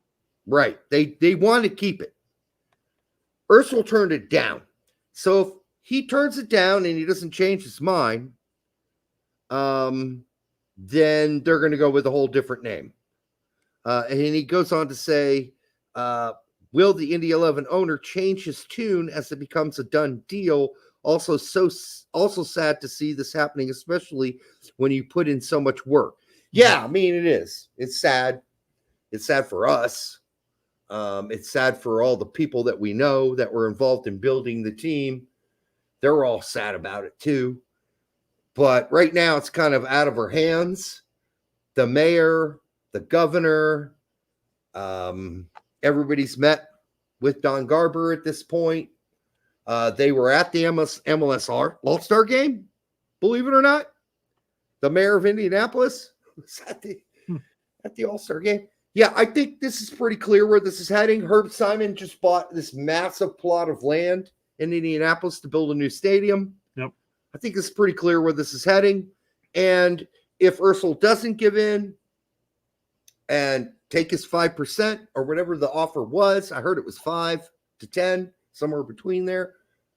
Then with no control over the team and no say. Yeah, which I'm sure he feels horrible about because he built this soccer culture here with Indy 11 in Indianapolis. It was gone. It didn't exist before he was here. But the point is that Ursul's not a billionaire. He's a millionaire. It's not enough money. So Herb Simon's got him beat 3 times over. So there you go. That's kind of like the bottom line there. Hey, Brett, I got to go pee. I'm going to be right back. Fine. I'll start talking about this topic here, okay? Okay. Actually, let me look at the super chats and see if there's anything I missed. Wine, okay, we'll definitely get yours here in just a little bit as we cover Aiden in a second. We already covered Johnny's chat, and we have Matthew Dominguez. So, do you guys feel this player pool or this pool is too suburban? Sure. It's definitely a nice way of not necessarily even referring to race, which is what it usually comes down to when we talk about this type of thing. Yeah, I mean that's one of the big problems with the whole pay-to-play system. Quite frankly, is you're focusing on the players who generally have the money to pay for it, and occasionally you have players who get some kind of a quote-unquote scholarship or whatever that helps pay down the price for it. But most of the players who are getting scouted, whether it's for colleges, whether it's for academies, for MLS sides, are going to be seen playing these DA tournaments, the national tournaments and stuff like that. And you're not going to get that playing for a YMCA club team because you don't have the money for it. So, Derek, do you think this pool is too suburban? You mean the pool of youth players? Yeah, U.S. in general. Yeah. I mean, it still is generally too suburban. But, again, solving that problem has to be a priority of U.S. soccer. And until it is, it's not going to change. Well, and like I mentioned when you were gone, is like the big problem is everybody who's getting scouted, whether it's for colleges, whether it's for MLS academies, professional teams, are getting scouted through these national tournaments where the pay-to-play teams are performing. That's right. You're not going to get scouted at a YMCA rec program. No, you're not. Even if you're phenomenal, it's not going to happen because nobody's scouting that. You could be a lead scorer for your high school team. No one cares anymore. Nobody cares because that's not a way of developing players anymore. Matthew Dominguez for $2. Do you guys? I just asked you that question. Oh, okay. So that was it. Okay. All right. Let's. I don't know if this is what you're talking about when you mentioned Lawless last segment about the about MLS and expanding and all that stuff, where we talk about the Leagues Cup and Open Cup and stuff like that. But this is a big dude. We both went out after him on this on social media. You did. I did. It's like he says, no, Leagues Cup in its second year is already more successful than U.S. Open Cup, and MLS has created a product they actually benefit directly. Smart business. MLS will probably tweak Leagues Cup going forward, but it's here to stay. And the Open Cup problems and challenges remain. Again, we both said it to him. We both said the same thing, which is it's not a problem. And he didn't respond to either of us. Well, the quote, the one I quote to him, he never responded to, but this one he did because I said, Leagues Cup can stay. First off, nobody's arguing that. Yeah. If MLS wants to have a Leagues Cup, by all means have a Leagues Cup. That is you and your fan base's prerogative. By all means, make all the money, grift all the money you can, milk those pay piggies. But I said, but USSF has to grow a backbone when it comes to US Open Cup. What problems and challenges are there that prevent MLS from participating in a domestic tourney? And he says, simple. MLS doesn't want to because they don't see the value. Okay. So I was much more specific in response to that. Yeah. And I said, listen, dude, you might not see the value, but if you're really interested in developing your second team and your reserves on your first team, just sit fucking 8 to 11 players. I don't care how many you want to sit, who are your starters, and go send the backups to go play in Open Cup. How hard is that? All you need is 18 players. And if you need to dip into your reserve team and get 3 or 4 of those guys to go play that too, how fucking hard is that? It's not hard. And besides, all your travel pay is paid for. So the value of it, it's nothing to do with value. It's basically about give a shit level. Do you give a shit or do you not? And by the way, if that Atlanta-Indy game had been played in Indy, it would have been sold out in Indy. And then so I said, all these big MLS teams, they don't care about this shit. Those should be away games for those teams because if the travel's already paid for by U.S. Soccer. Mm-hmm. So you're traveling for free and you're playing backup players, your backup guys, not your first 11 or your first 9 or whoever you want to keep home. But you're giving your other guys a shot on top of like 3 or 4 other youth players you might bring along with the roster to play in the tournament. So it's just not difficult. Nobody loses there. That's a win-win for everybody. Indy 11 makes a lot of money because they sold 11,000 tickets. Yeah. And there's a full crowd to watch a game because we're the underdogs. And not only that, the big factor there is, let's just say the results stand and Indy 11 beat Atlanta in front of a sold-out crowd. That's only going to improve things for Indy 11. But there won't be ever a sold-out crowd in Atlanta for an Open Cup game because it's not promoted by MLS and they don't care. Whereas Atlanta, an MLS team coming to Indy, is huge news. It's a big game. All the fans are coming out for that. All of us are coming out for that.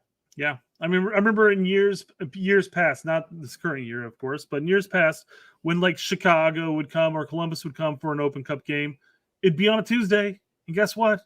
Still fucking sold out. Yep. So, yeah, that's the argument I made to the U.S. Open Cup's Twitter handle. I'm like, hey, I asked him, hey, how are these determined? I mean, as far as who's hosting. And he's like, well, it's a blind draw. I'm like, well, take away MLS's argument here and just make the lower division host. Yep. Indy, Sacramento, Sacramento did enjoy hosting, actually. They sold out against the Sounders. Yep. But it didn't pan out for them like it did for us. Hey. But still, so I said when he mentioned the value, they don't see the value. I'm like, well, first off, well, then we don't care about their feelings. That's all it is. They don't see the value. Well, that's your feeling. Your feelings are, well, I don't like this. Well, it doesn't matter because it's a requirement for D1 status. Their feelings have little to do with it. And what happens if a fan base continues to push back? It's Leagues Cup now, but what happens if it bleeds into the regular season? The cancellation of season ticket holders who happen to get tickets into Leagues Cup, they still don't fucking go. Yep. Ultimately, they don't see the value because they don't have control of it. Just another way for them to hurt the lower leagues and strive for a monopoly. What did he refer to this? Problems and challenges? Yeah. There are none problems and challenges. These are all easily remedied for MLS teams. Keep the starters home. Send your fucking reserve bench guys there. Yep. Throw in a few fucking young players from your reserve squad. And you're complete. 18 players is all you need to travel. Yeah. It's paid for already. And go play away at Indianapolis or Sacramento or wherever it is. Because those stadiums are going to be full of people who give a shit. And you're building soccer at the lower level. But no, Garber doesn't really want to build up USL teams. That's not in his interest. Absolutely not. It's not about value. It's about greed. Greed. It's about we don't want USL around anymore. That's why we yanked all our teams, our youth teams, our 2 teams out of USL because they were asking us to pay a tiny fee to play in the league like all the other teams in USL have to pay.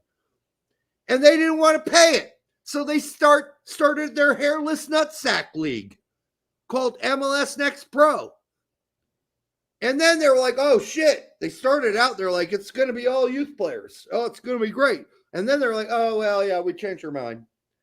Now it can have older players in it too. Sorry. Don't quote us on that. Our bad. We don't want our youth players to just be playing against hairless nutsack players. It's a joke, dude.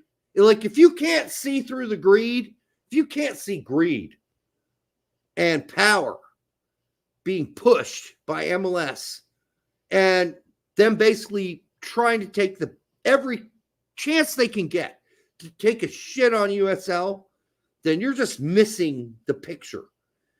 And no, USL's they're not going to survive this if it continues along the route we're on now. They're not going to survive.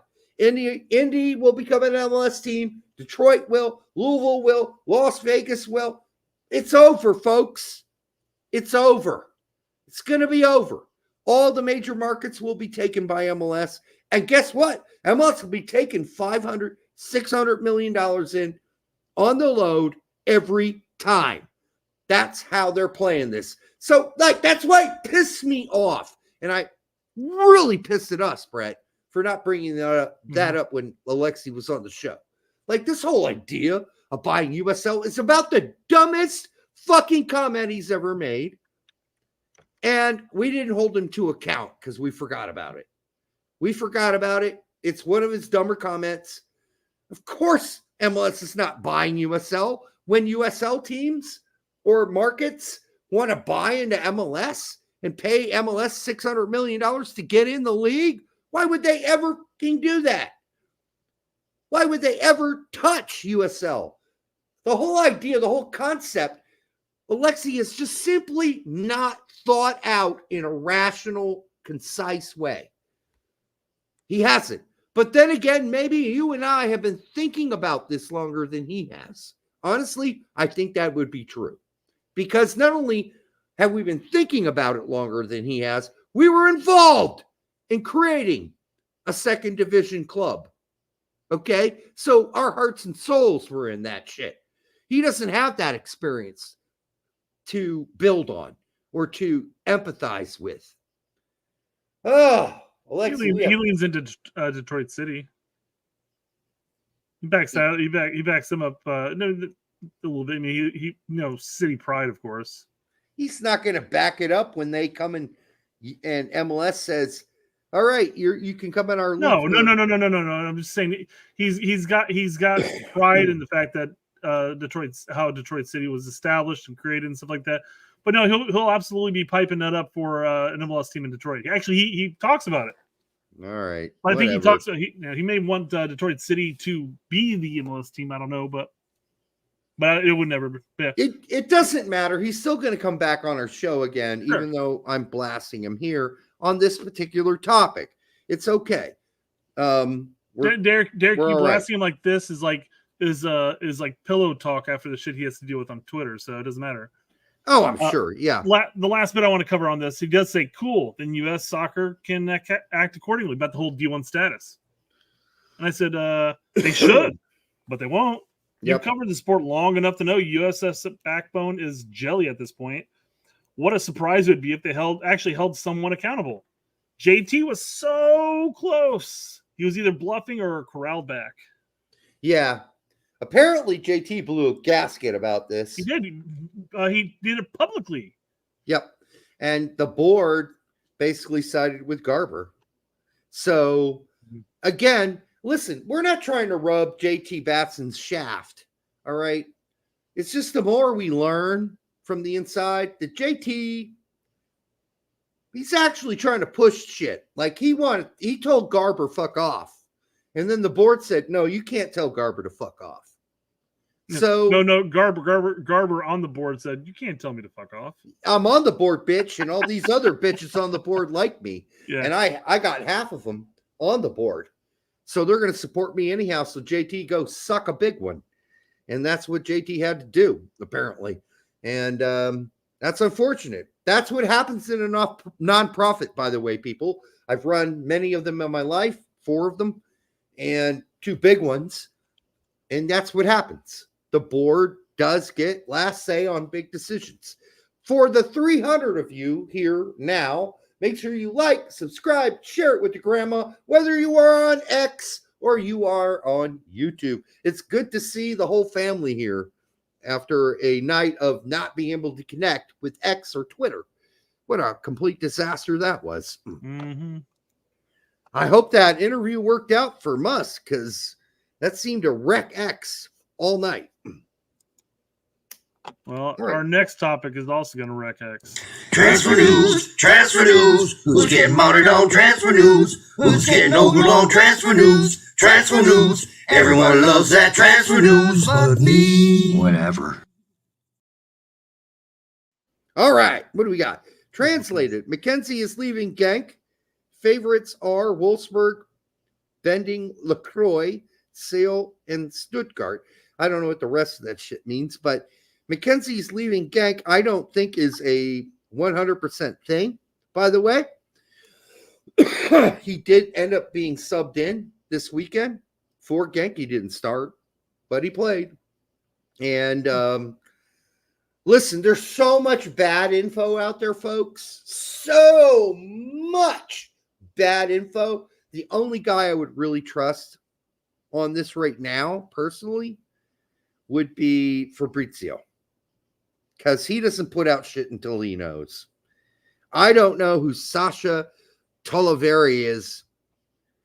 I don't know him from a hole in the wall or a dick pump in somebody's extra room.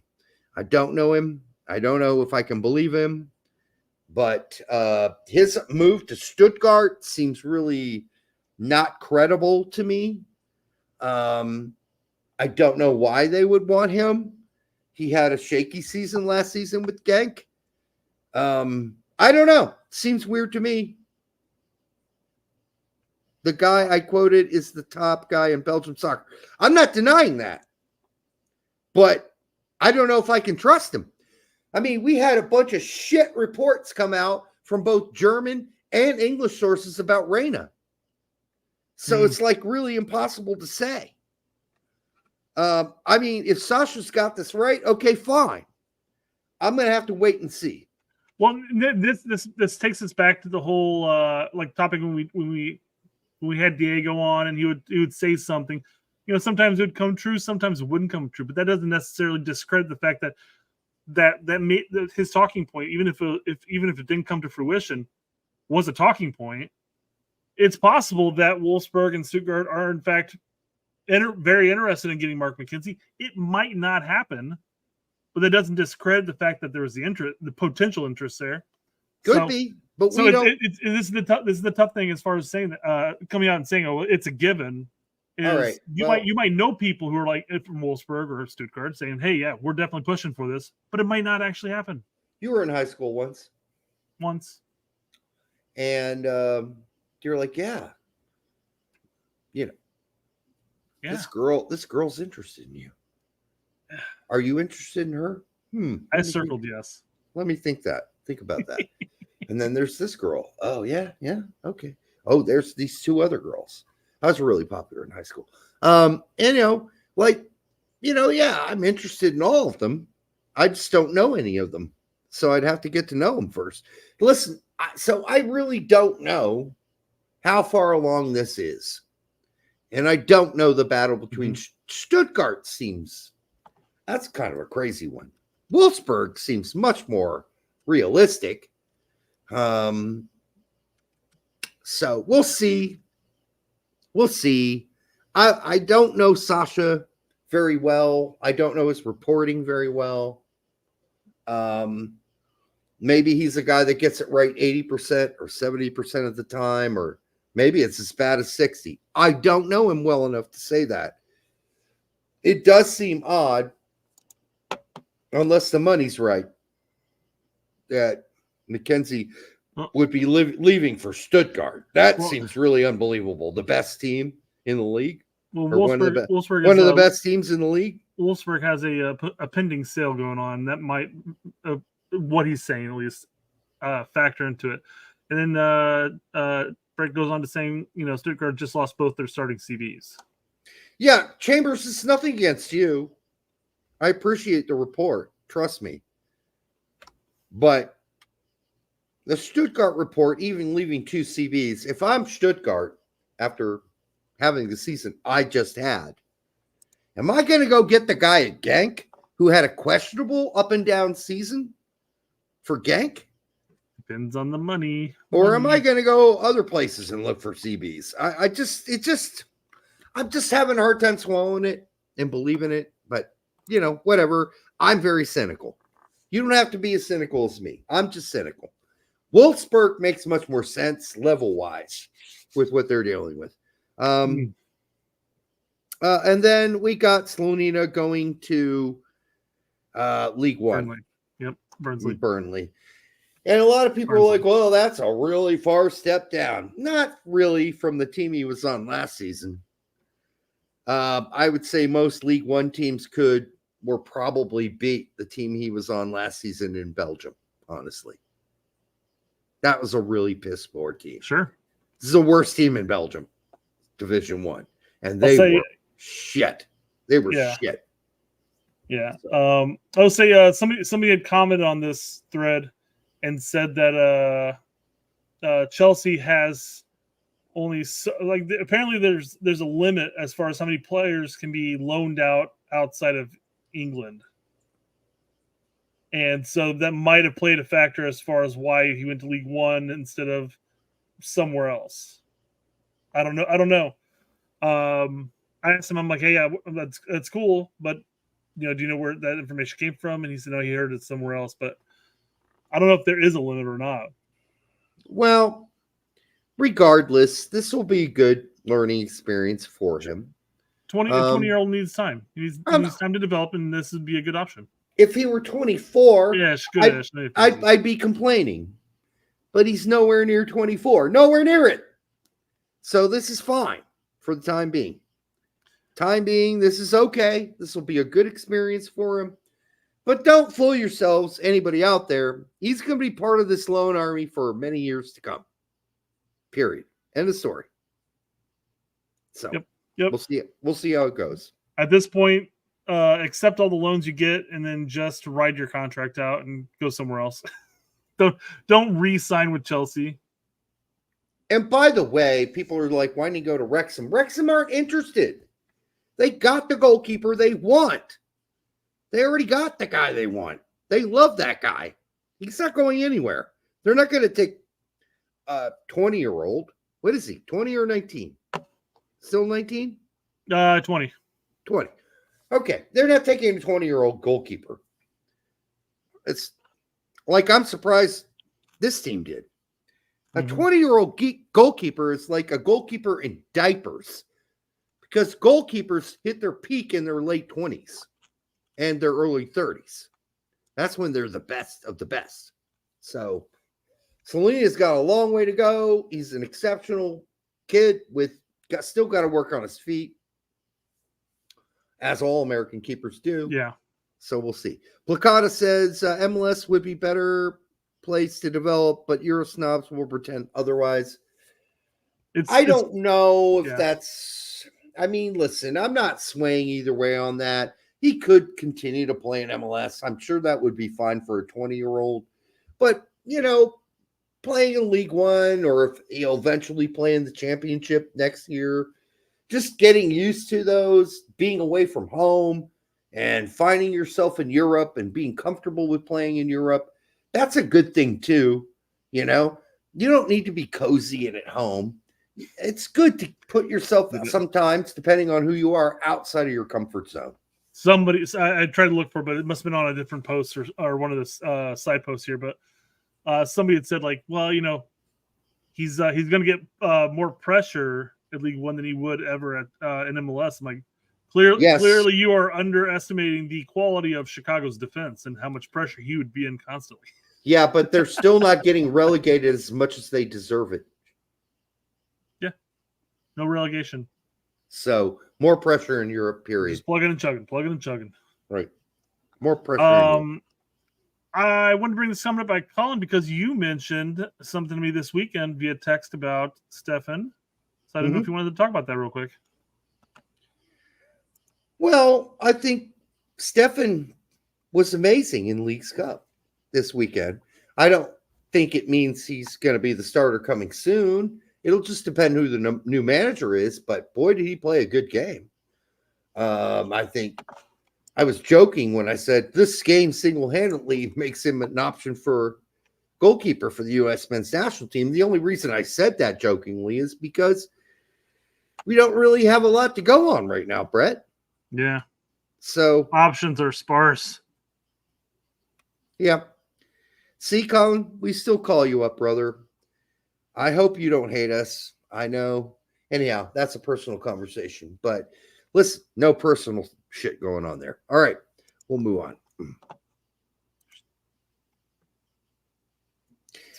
FC Schalke U19 head coach Norbert is he English? It'd be better if his last name was Engelbert, but it's not. Norbert Elgert on Cole Campbell. Cole Campbell is a Bundesliga player. He would be a regular on our first team. By the way, Schalke are in the Bundesliga 2. Nearly relegated to Bundesliga 3 and almost went bankrupt with it. Yep. He would be a regular on our first team in Bundesliga 2.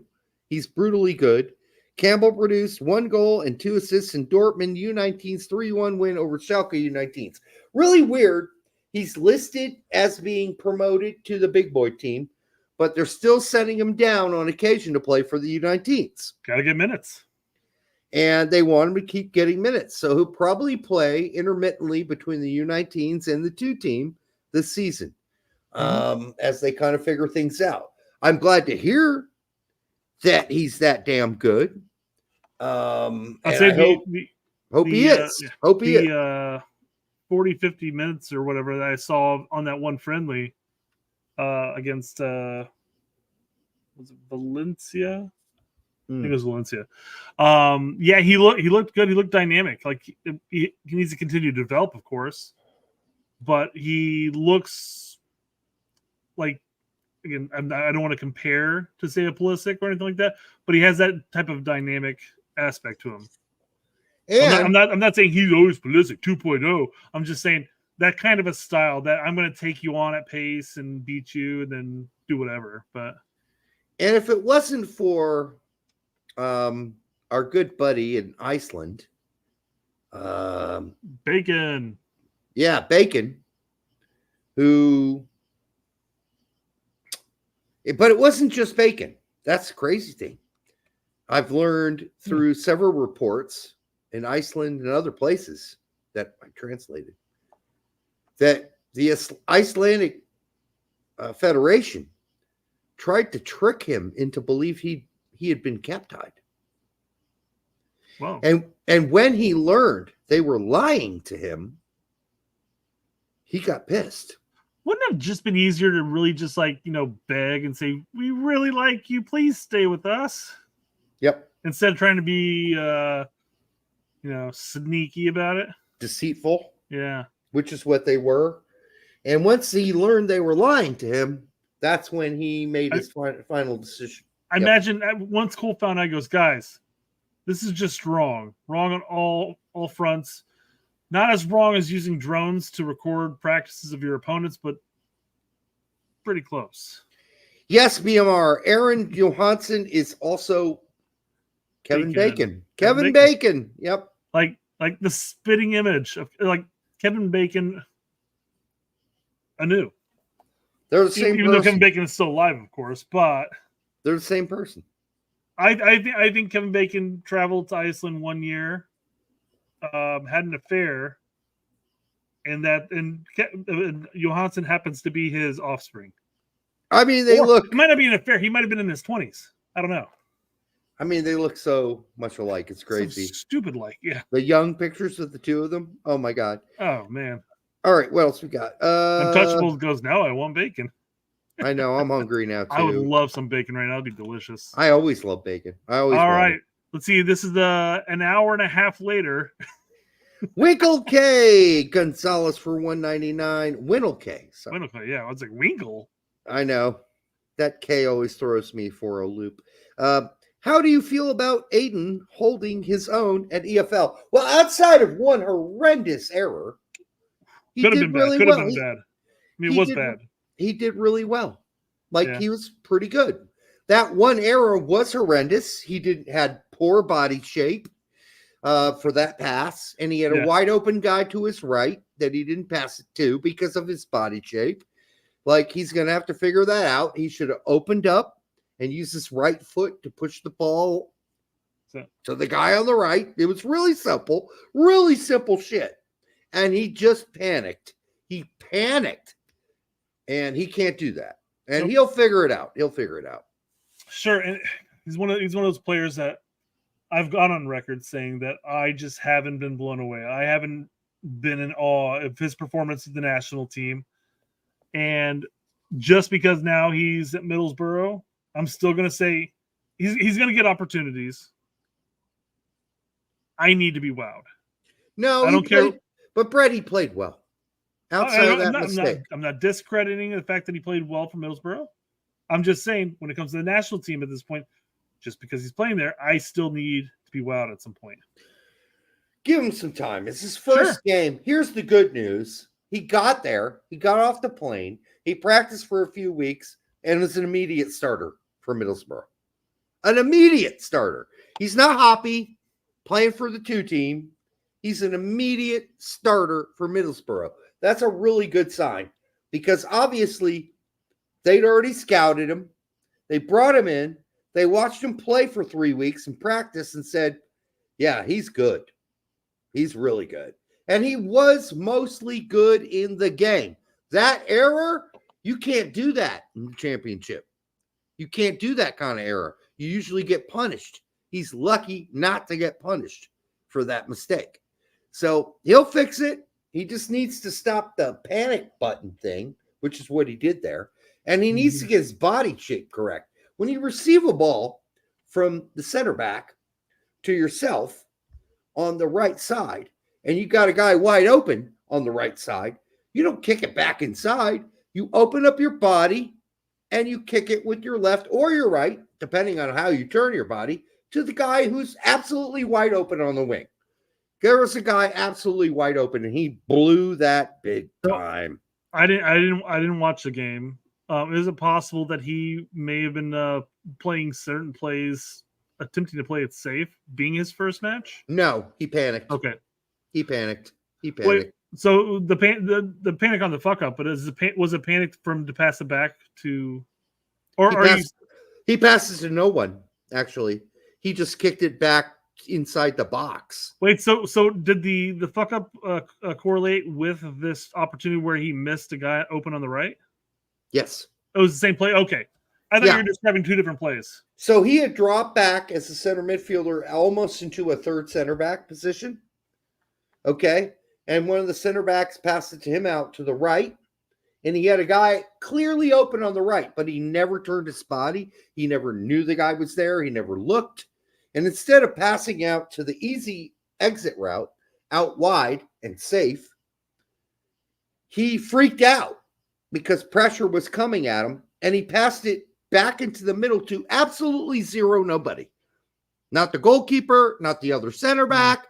He just he freaked out. He had one of those frizzle fry brain moments, and he can't do that. So he'll have to get rid of that because you can't do that.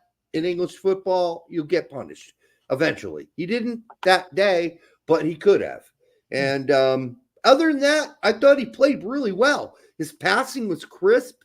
I think Middlesbrough player. I think it was like 90% completion, 89. up to 89% completion rate. He was pretty good for the game. I was pretty impressed by it. And there you got no Hoppy even on the dressing.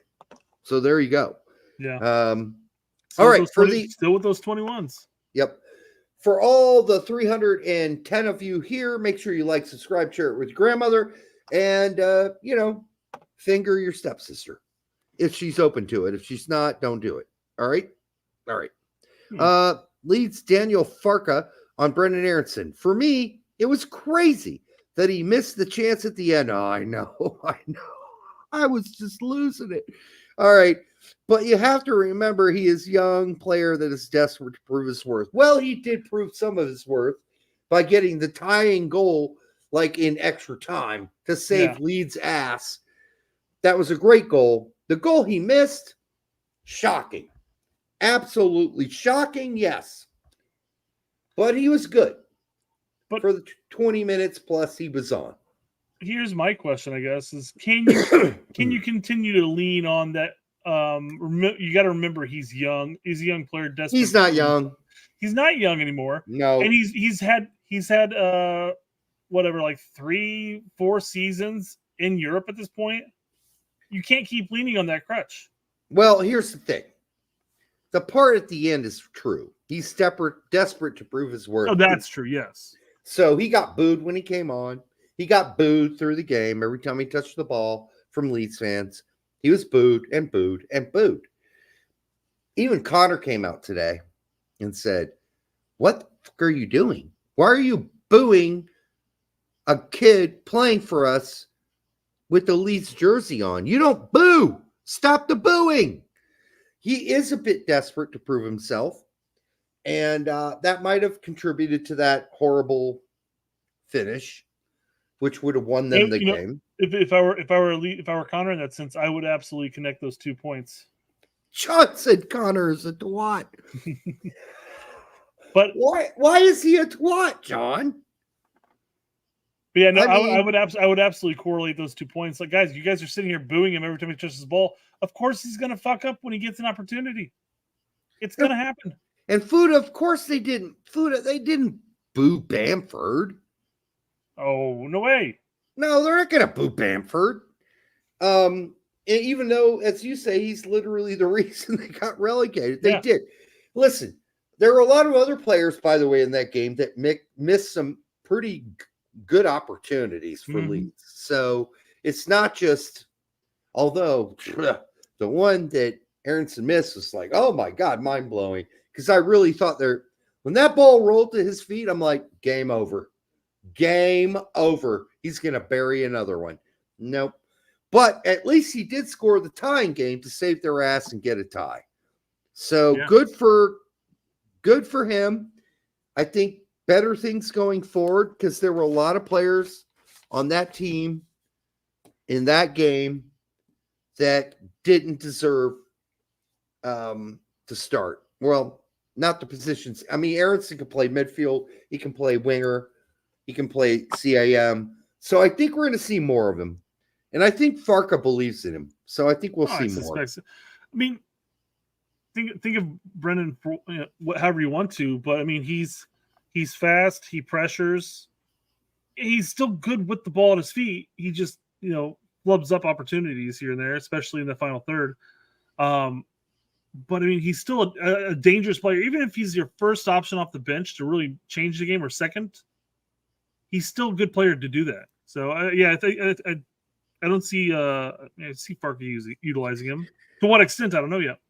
John is on your side here. Connor literally spanks it to a picture of Roca. That's you and Brett agree on that one. I never understood that. Never understood that player. We don't agree with everything Connor says. All right, just let's make that really clear. And he's not going to agree with everything we say. But Connor's he's a pretty good guy. Anyhow, having some preliminary discussions with him and Gabe about having them on the show later in the season. And they're good guys. They really are. They're good guys. All right, Ricardo, I don't know Gabe very well. I mean, I know Gabe better than I know Connor. Ricardo Pepi starts for young PSV today against young Ajax. I know they're still use those terms in Holland, but it's really PSV 2 against Ajax 2. He did play 21 minutes on Saturday in PSV's season opening 5 win over Walwijk.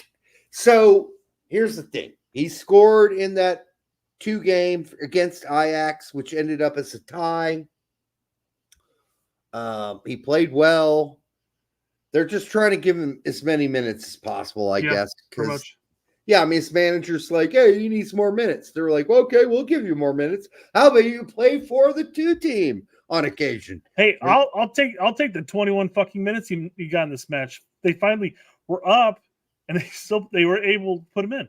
Yep. Whereas in the past, they'd be like, oh, they're up 6-0. Pepi, there's 2 minutes left. Go in. Yeah. So this is an improvement. Yeah. He got 20 instead of 5. And in this case, they're also like saying, we want to keep you sharp, so we're going to play you in the 2 games too when the schedule makes sense. And so now he's playing with the 2 team. I mean, for him, it's got to be, I'm not going to say embarrassing. It's got to be a little frustrating to be playing with the 2 team. But, you know, as long as you're going there and scoring goals, that's good, I guess. As I mentioned earlier in the show, yeah, it's got to be disheartening. You know, you're all of a sudden you're getting thrown down to the 2 team more or less to get minutes. He wasn't thrown down there. He had to agree to it. Sure. Okay. But I'm saying if they're offering you the opportunity to go there and you say yes to it's got to, again, you're going from being in a Bundesliga team to playing for PSV. It's a great move, especially given Augsburg. But then all of a sudden you're not getting playing time, and they say, hey, get some playing time with the 2 team. That's got to hurt a little bit. But the key there is to go there and show them that you're above that level and you're just there for the minutes. I mean, the problem, you're showing that you belong there and you're scoring, but it's against a bunch of 19 and 18-year-olds. Doesn't matter. You know, do what you got to do. I get it. Yeah, I mean, do what you got to do. But when his agent demanded more playing time, I don't think this is exactly what he had in mind. I'll just say that much. Sure. Yeah. Well, we already covered. Sorry, you said but. So. But yeah, I mean, I'm sure they agreed to it, or else he wouldn't be doing it. Yeah. Right. So good for Pepi. Yep. Again, he needs the minutes, and he needs to show his football. Yep. Exactly. So we talked about Ledesma already, in the fact that you didn't see him on the pitch. I didn't know. I had it on mute, most likely, and never knew he played. That's crazy. That's crazy. But I guess let's talk about the other Yank on the team. How'd you think Tillman did? I thought he's fine. Yeah. I mean, I wasn't blown away. Let me see what I wrote in my notes. Got a stunner of a fucking goal.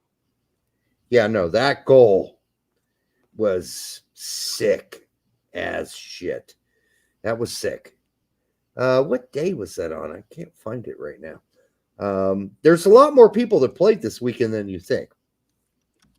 Honestly. Oh. Saturday.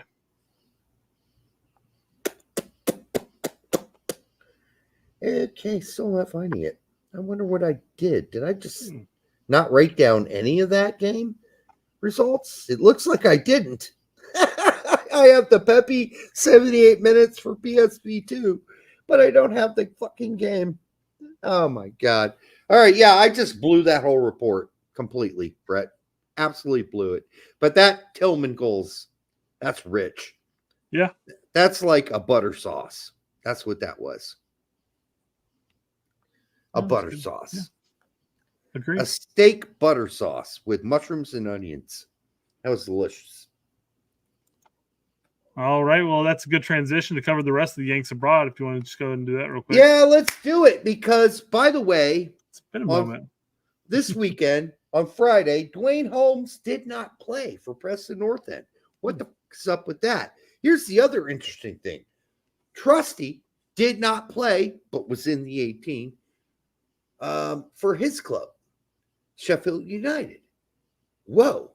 And it looks like they're going with a whole different setup at Sheffield United, so he may not play that much this season. We'll see.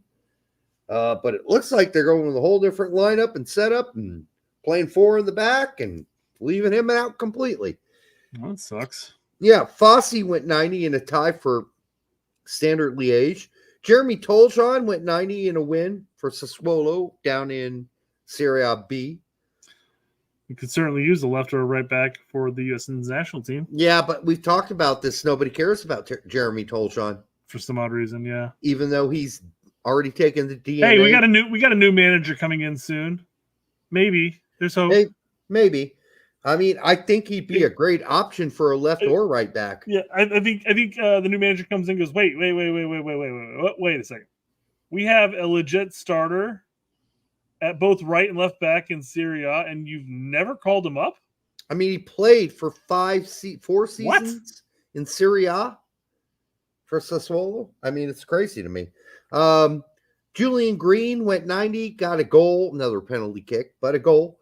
For Firth, Dietz got back from the Olympics, so they didn't want to start him right away, so they gave him the last 13 minutes of the game in a tie.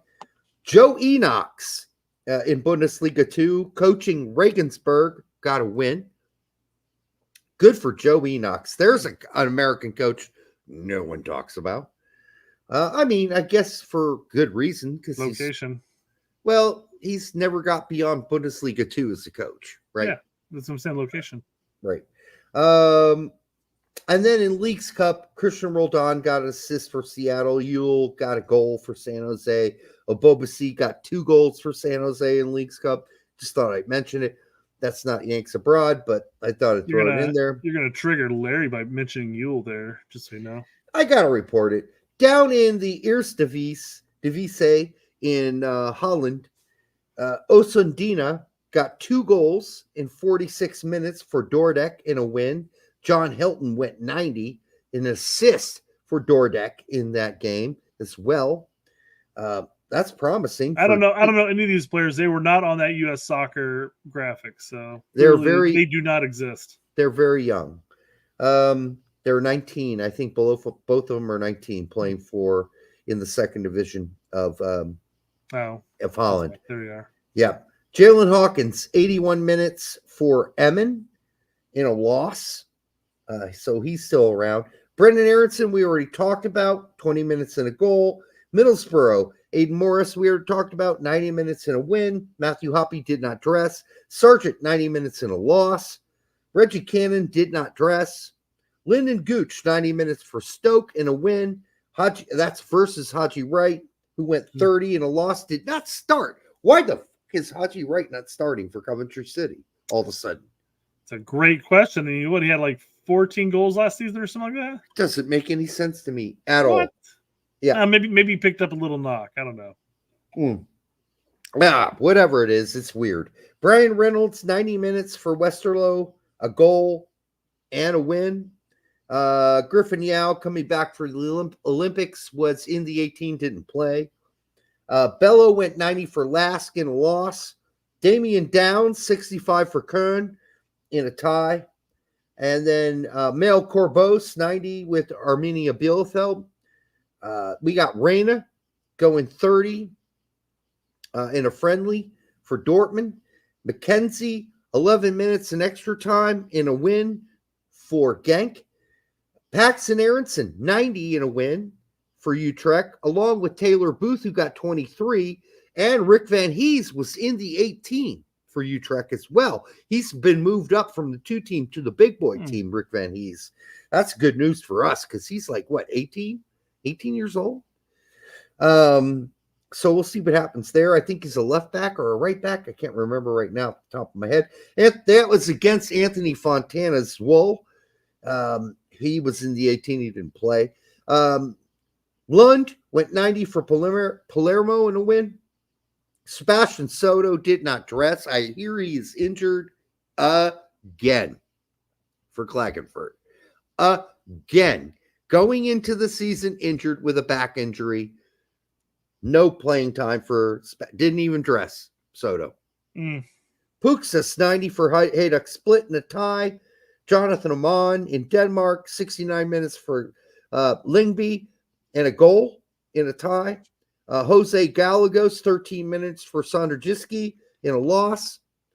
He's a San Antonio product. He's like 22 years old, young kid, still young. Not a young kid. I shouldn't call him a kid. He's not a kid anymore. He's got hair in his balls, whatever. Midfielder Santiago Castaneda went 19 minutes in Bundesliga 2 for Paderborn. He's still 19 years old. He's 19. So hope there, playing for Paderborn. And he played 73 minutes in a win for Paderborn. Johan Gomez, 90 minutes for Braunschweig. That's also liverwurst for most people. That's where it was born. In a loss. CCV, 90 minutes in a win for Celtic. Conrad, the last 30 minutes for Lausanne in Switzerland in a loss. Okay, so all these people thought Conrad's going to start. No. Friendly, Timothy Weah, 45 minutes in what I think was only a half game for Juventus from when I could read. I didn't see it, so I don't know how he played, but they lost. We already talked about Pepi in that game versus Ajax 2. And then Balogun today, 90 minutes in a win versus Barcelona for Monaco. So good shit there. Good shit. And that will conclude this weekend's Yanks Abroad. Yanks Abroad. Yanks Abroad. I can just imagine you on a gondola. Yanks Abroad. That's sort of my, what was it? Star Wars. Yeah. Because these aren't our wars. They are just Star Wars. Do. Yeah.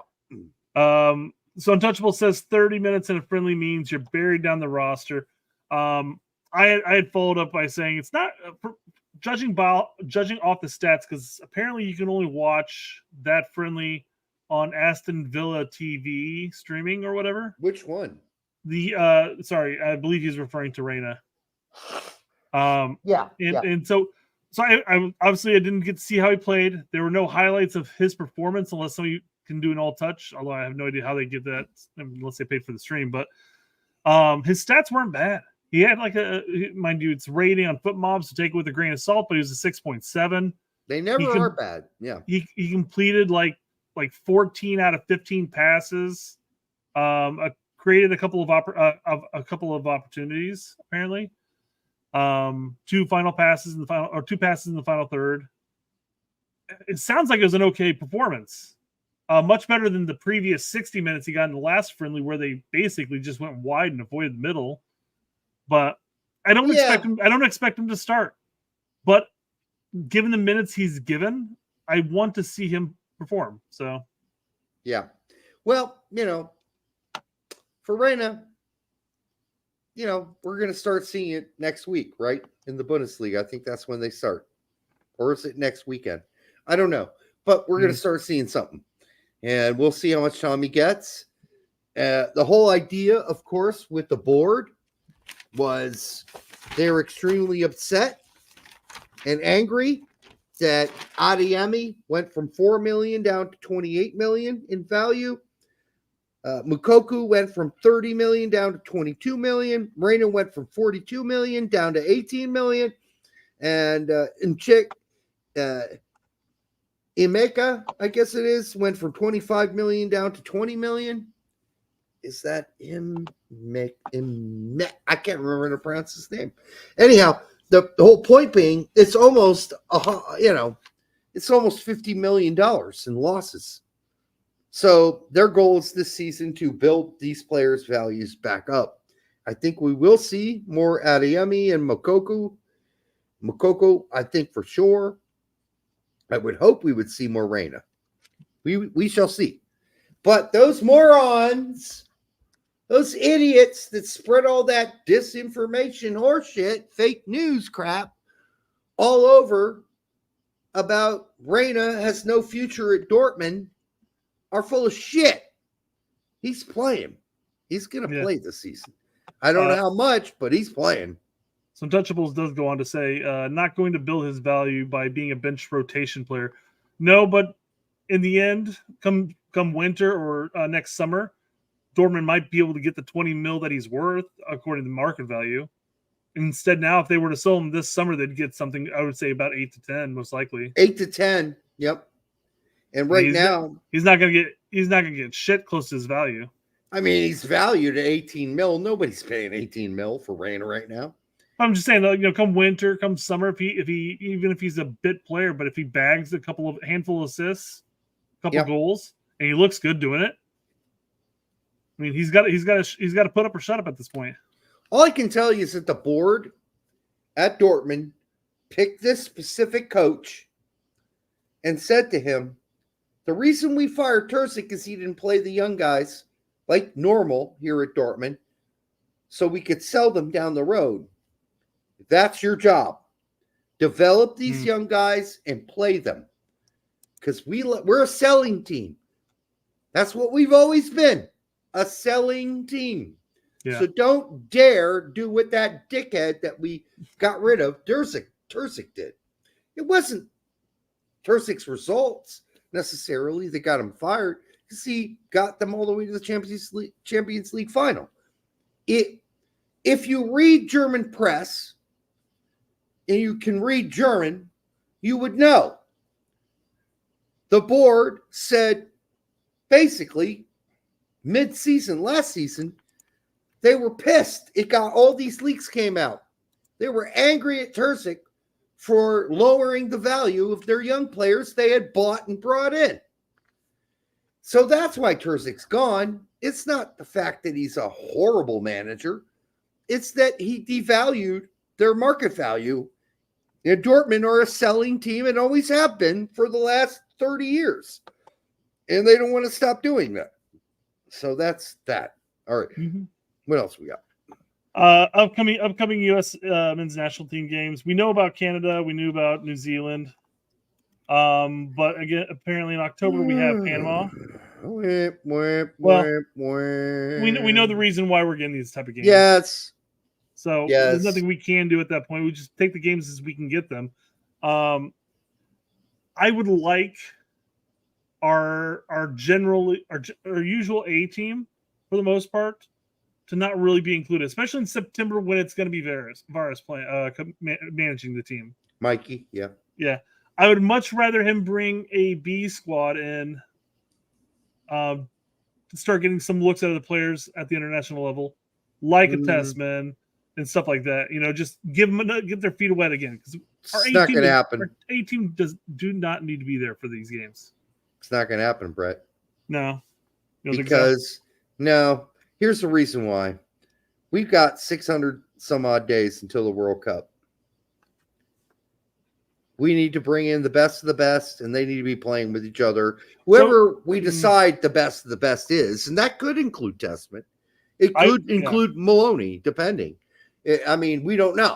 I'll argue this point in the sense that if the new manager was managing the September windows, I would agree with you.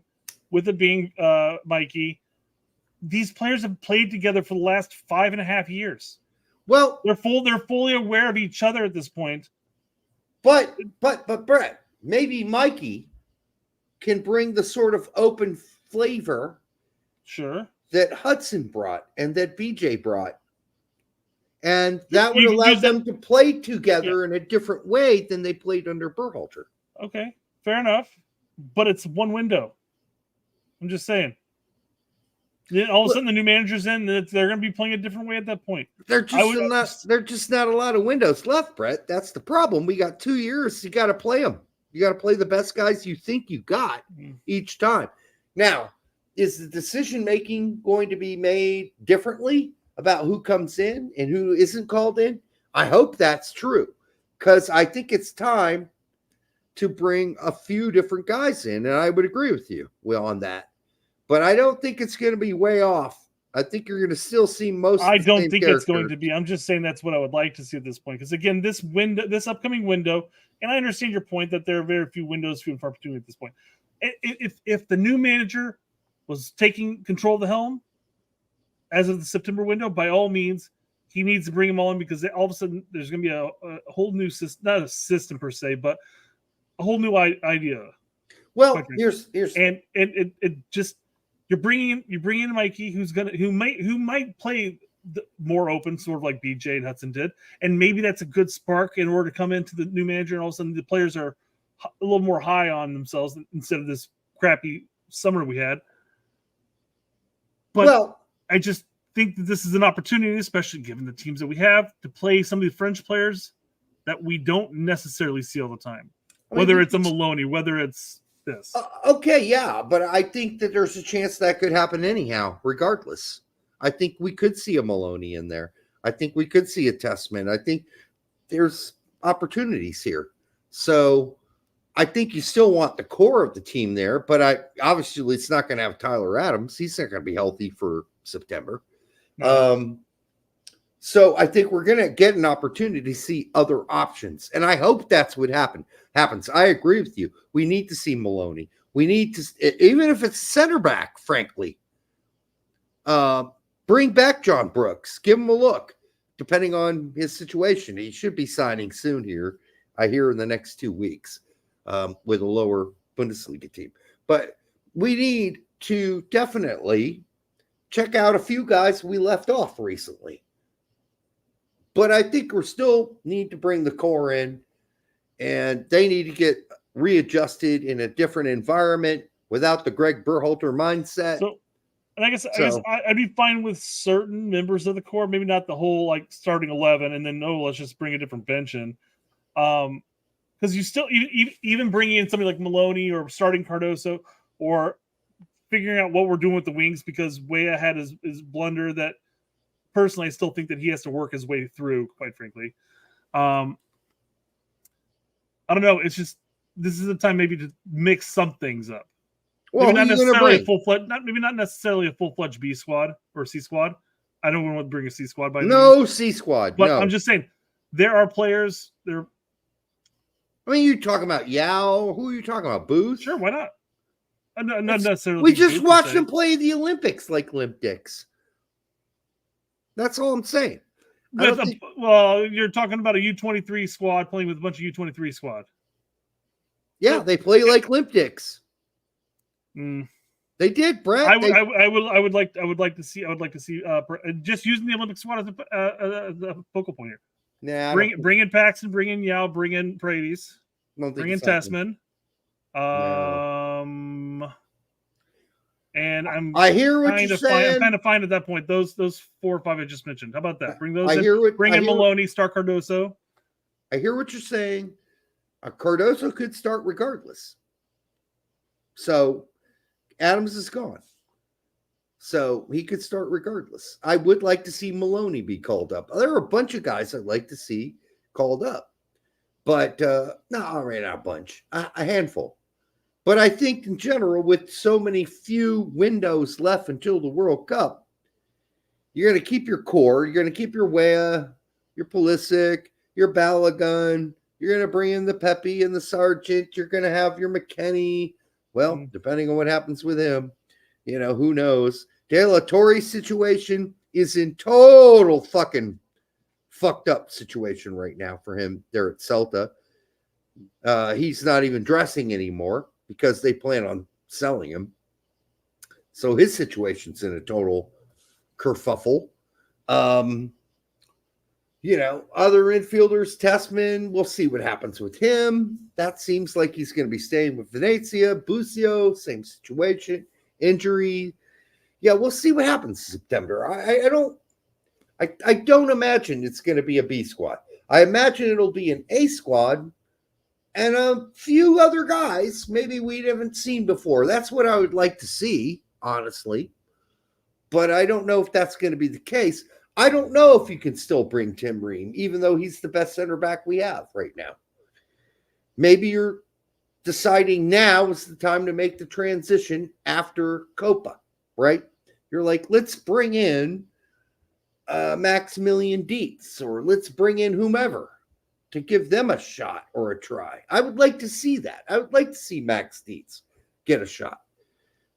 He's not a fucking center defense midfielder. I mean, he played it in the Olympics, but that's not really his spot.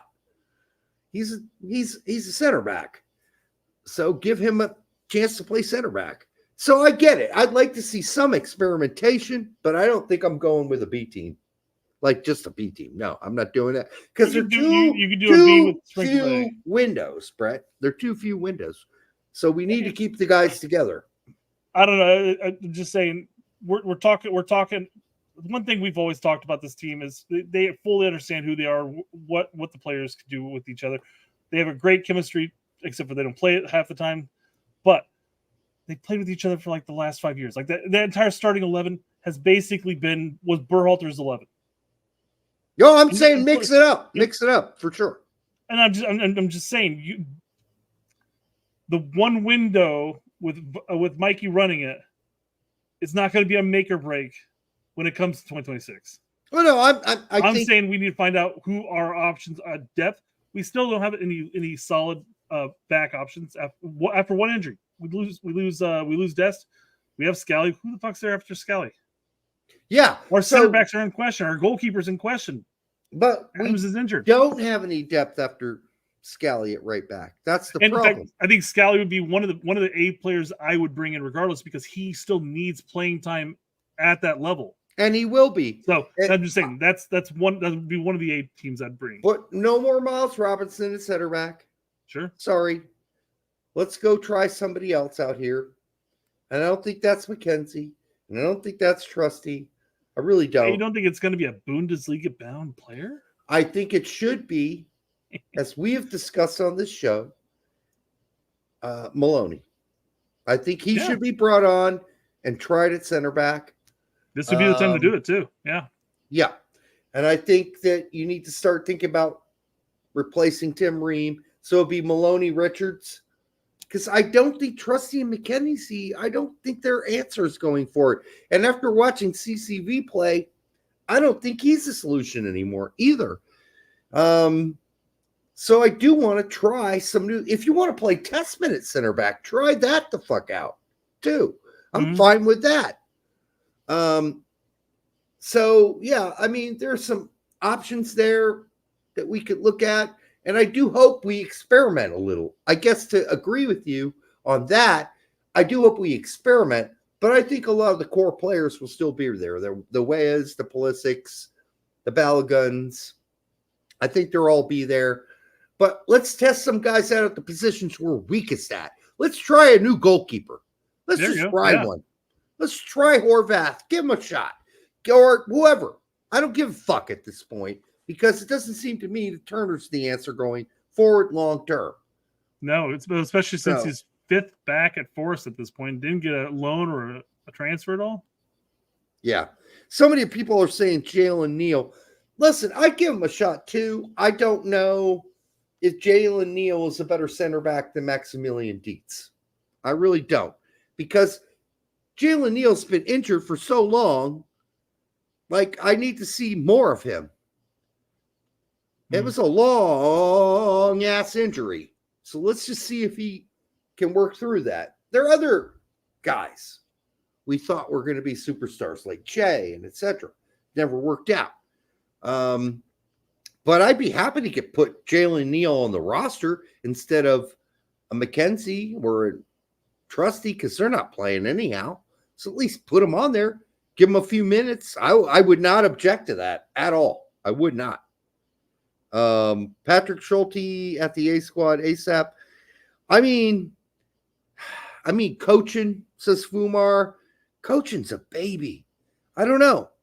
He's a baby in diapers, and he doesn't get to play for Barcelona's B team very much, or the U teams very much. I don't know what's going on there. Isn't he their third goalkeeper option for the 18 though? Doesn't he right punt for the? He doesn't play. Period. Yeah. That's the problem with coaching. U teams. Big boy squad, he's not playing enough. That's the problem with coaching. He needs to play. So, and then we'll see what happens with McKennie. Right now, he's dug his own grave, and he's standing in it with his agent, by the way, who dug it. Actually, he didn't dig it. His agent dug that grave, and he's standing in there with him.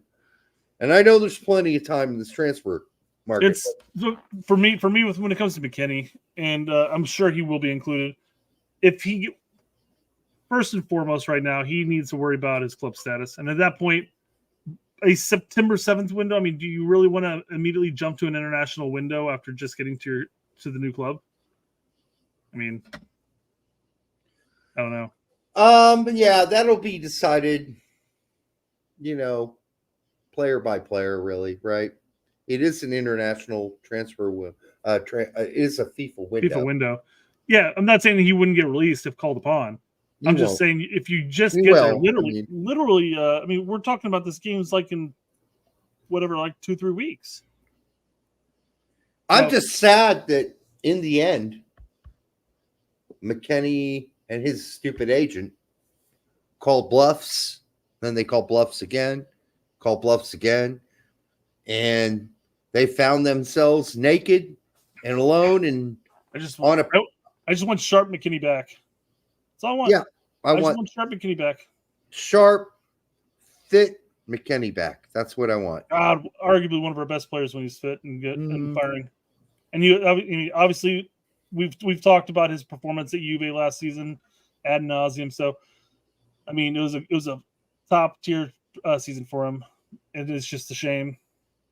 Yep. That he's in the situation he's in, and I want him to fix that now. Yep. I hope he does. I mean, if he's at all self-aware, he will, because he did after the Leeds debacle. He became extremely self-aware of the criticism, and he said, I'm going to go back to Italy. I'm going to get the best shape of my life. He killed it. And I'm going to kill it. And he did. He did. So he needs to get back to that, not that fat guy that came over for the Copa. Not that guy. That's not who we need. So, all right. I think we're about done, aren't we? Yeah. Did you want to talk about any of the players abroad season's preview that we didn't talk about? No, we just did it. I was just asking if there was any players you did want. No, I mean, I'm thinking about anybody we didn't cover. I mean, we covered most. We didn't cover the Milan boys. Well, yeah, we did, because we don't know Tessman is going to stay there or not. But most likely he will. We talked about Tessman staying there. We covered the Venezia boys. Yes, I said Milan. Oh, Milan. Oh, well, shit. In that case, yeah, I mean, I think Pulisic, this is a huge opportunity for him to continue to kill it. The question is where at though? Center or right? CAM. He's going to be playing CAM based on what the manager is saying. Yeah. There'll be Chukwueze on the right and Leao on the left, and he'll play CAM. And from all the press, the Italian press that I've translated, it just seems to me that those two guys love him playing underneath the striker. And I'm sure that was in the American press too. But yeah, it seems like really positive. And then I do think we're going to see Musa play a lot more minutes than we thought. That coach seems to really like him. Really like him. Preseason. Yeah, coach really seems to like him. Weah, his coach seems to like him. Situation, yeah, a lot, which is great. We'll see how long that lasts, and that he gets to play winger all season. That will be awesome for him. He's talking about playing him as striker. Yep. Well, he's not. He's going to play winger. But and then Maloney, at Heidenheim, of course, they're just hoping to finish in the top 10 again this season because they're not making a lot of big signings. Yeah, well, not only that, but I mean, they were predicted for relegation bound last season, and they showed that they weren't. But was that season a fluke? I mean, I feel like with Maloney at that 6, if he's healthy all season long, I think they're staying up. I think so. And then Brooks, we don't know where he's going to end up. We don't, we don't know where he's going to end up. But Paredes, long way to go for Paredes. If we're looking at a season preview, he's got a lot to do to continue to grow. He's a small guy. He needs to probably not get knocked over so easy. So we'll see what goes on there. Brenden died. Go dark Paredes.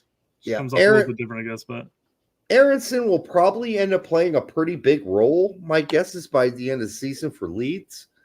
Yeah, I think he's going to work his way into it. They just need him.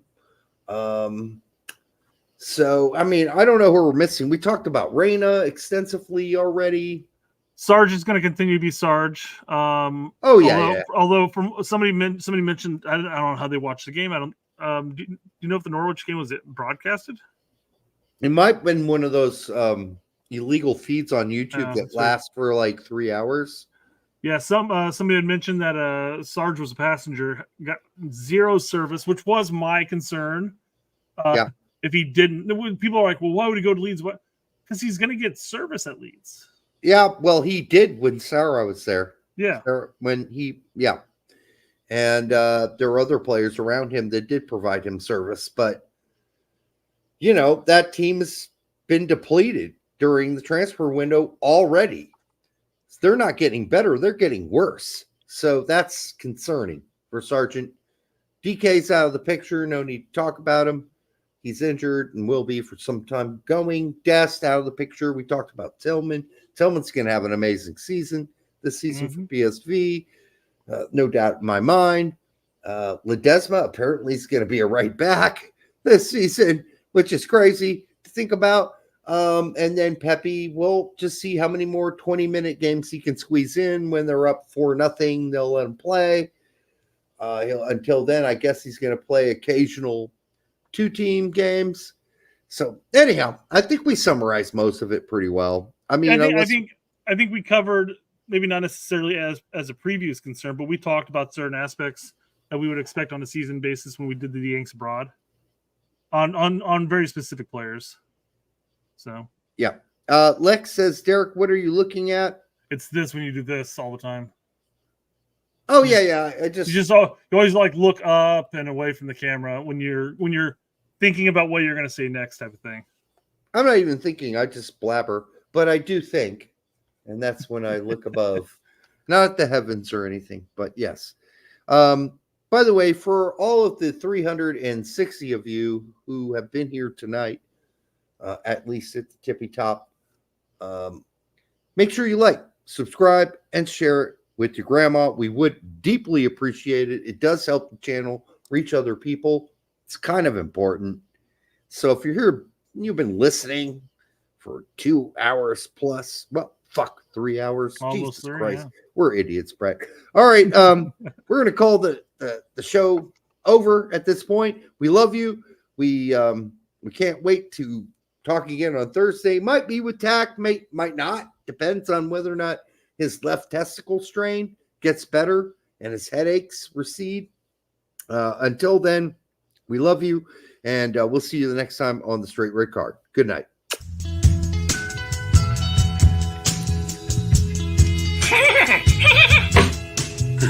That hurt. And to me, it's nauseating. It's absolutely nauseating because multiple mental health clinicians said that Derek had limited intellectual ability and was not capable of consenting. Congratulations. Boom. Right? Chain soccer in America forever. Hella bugs out here. Bro,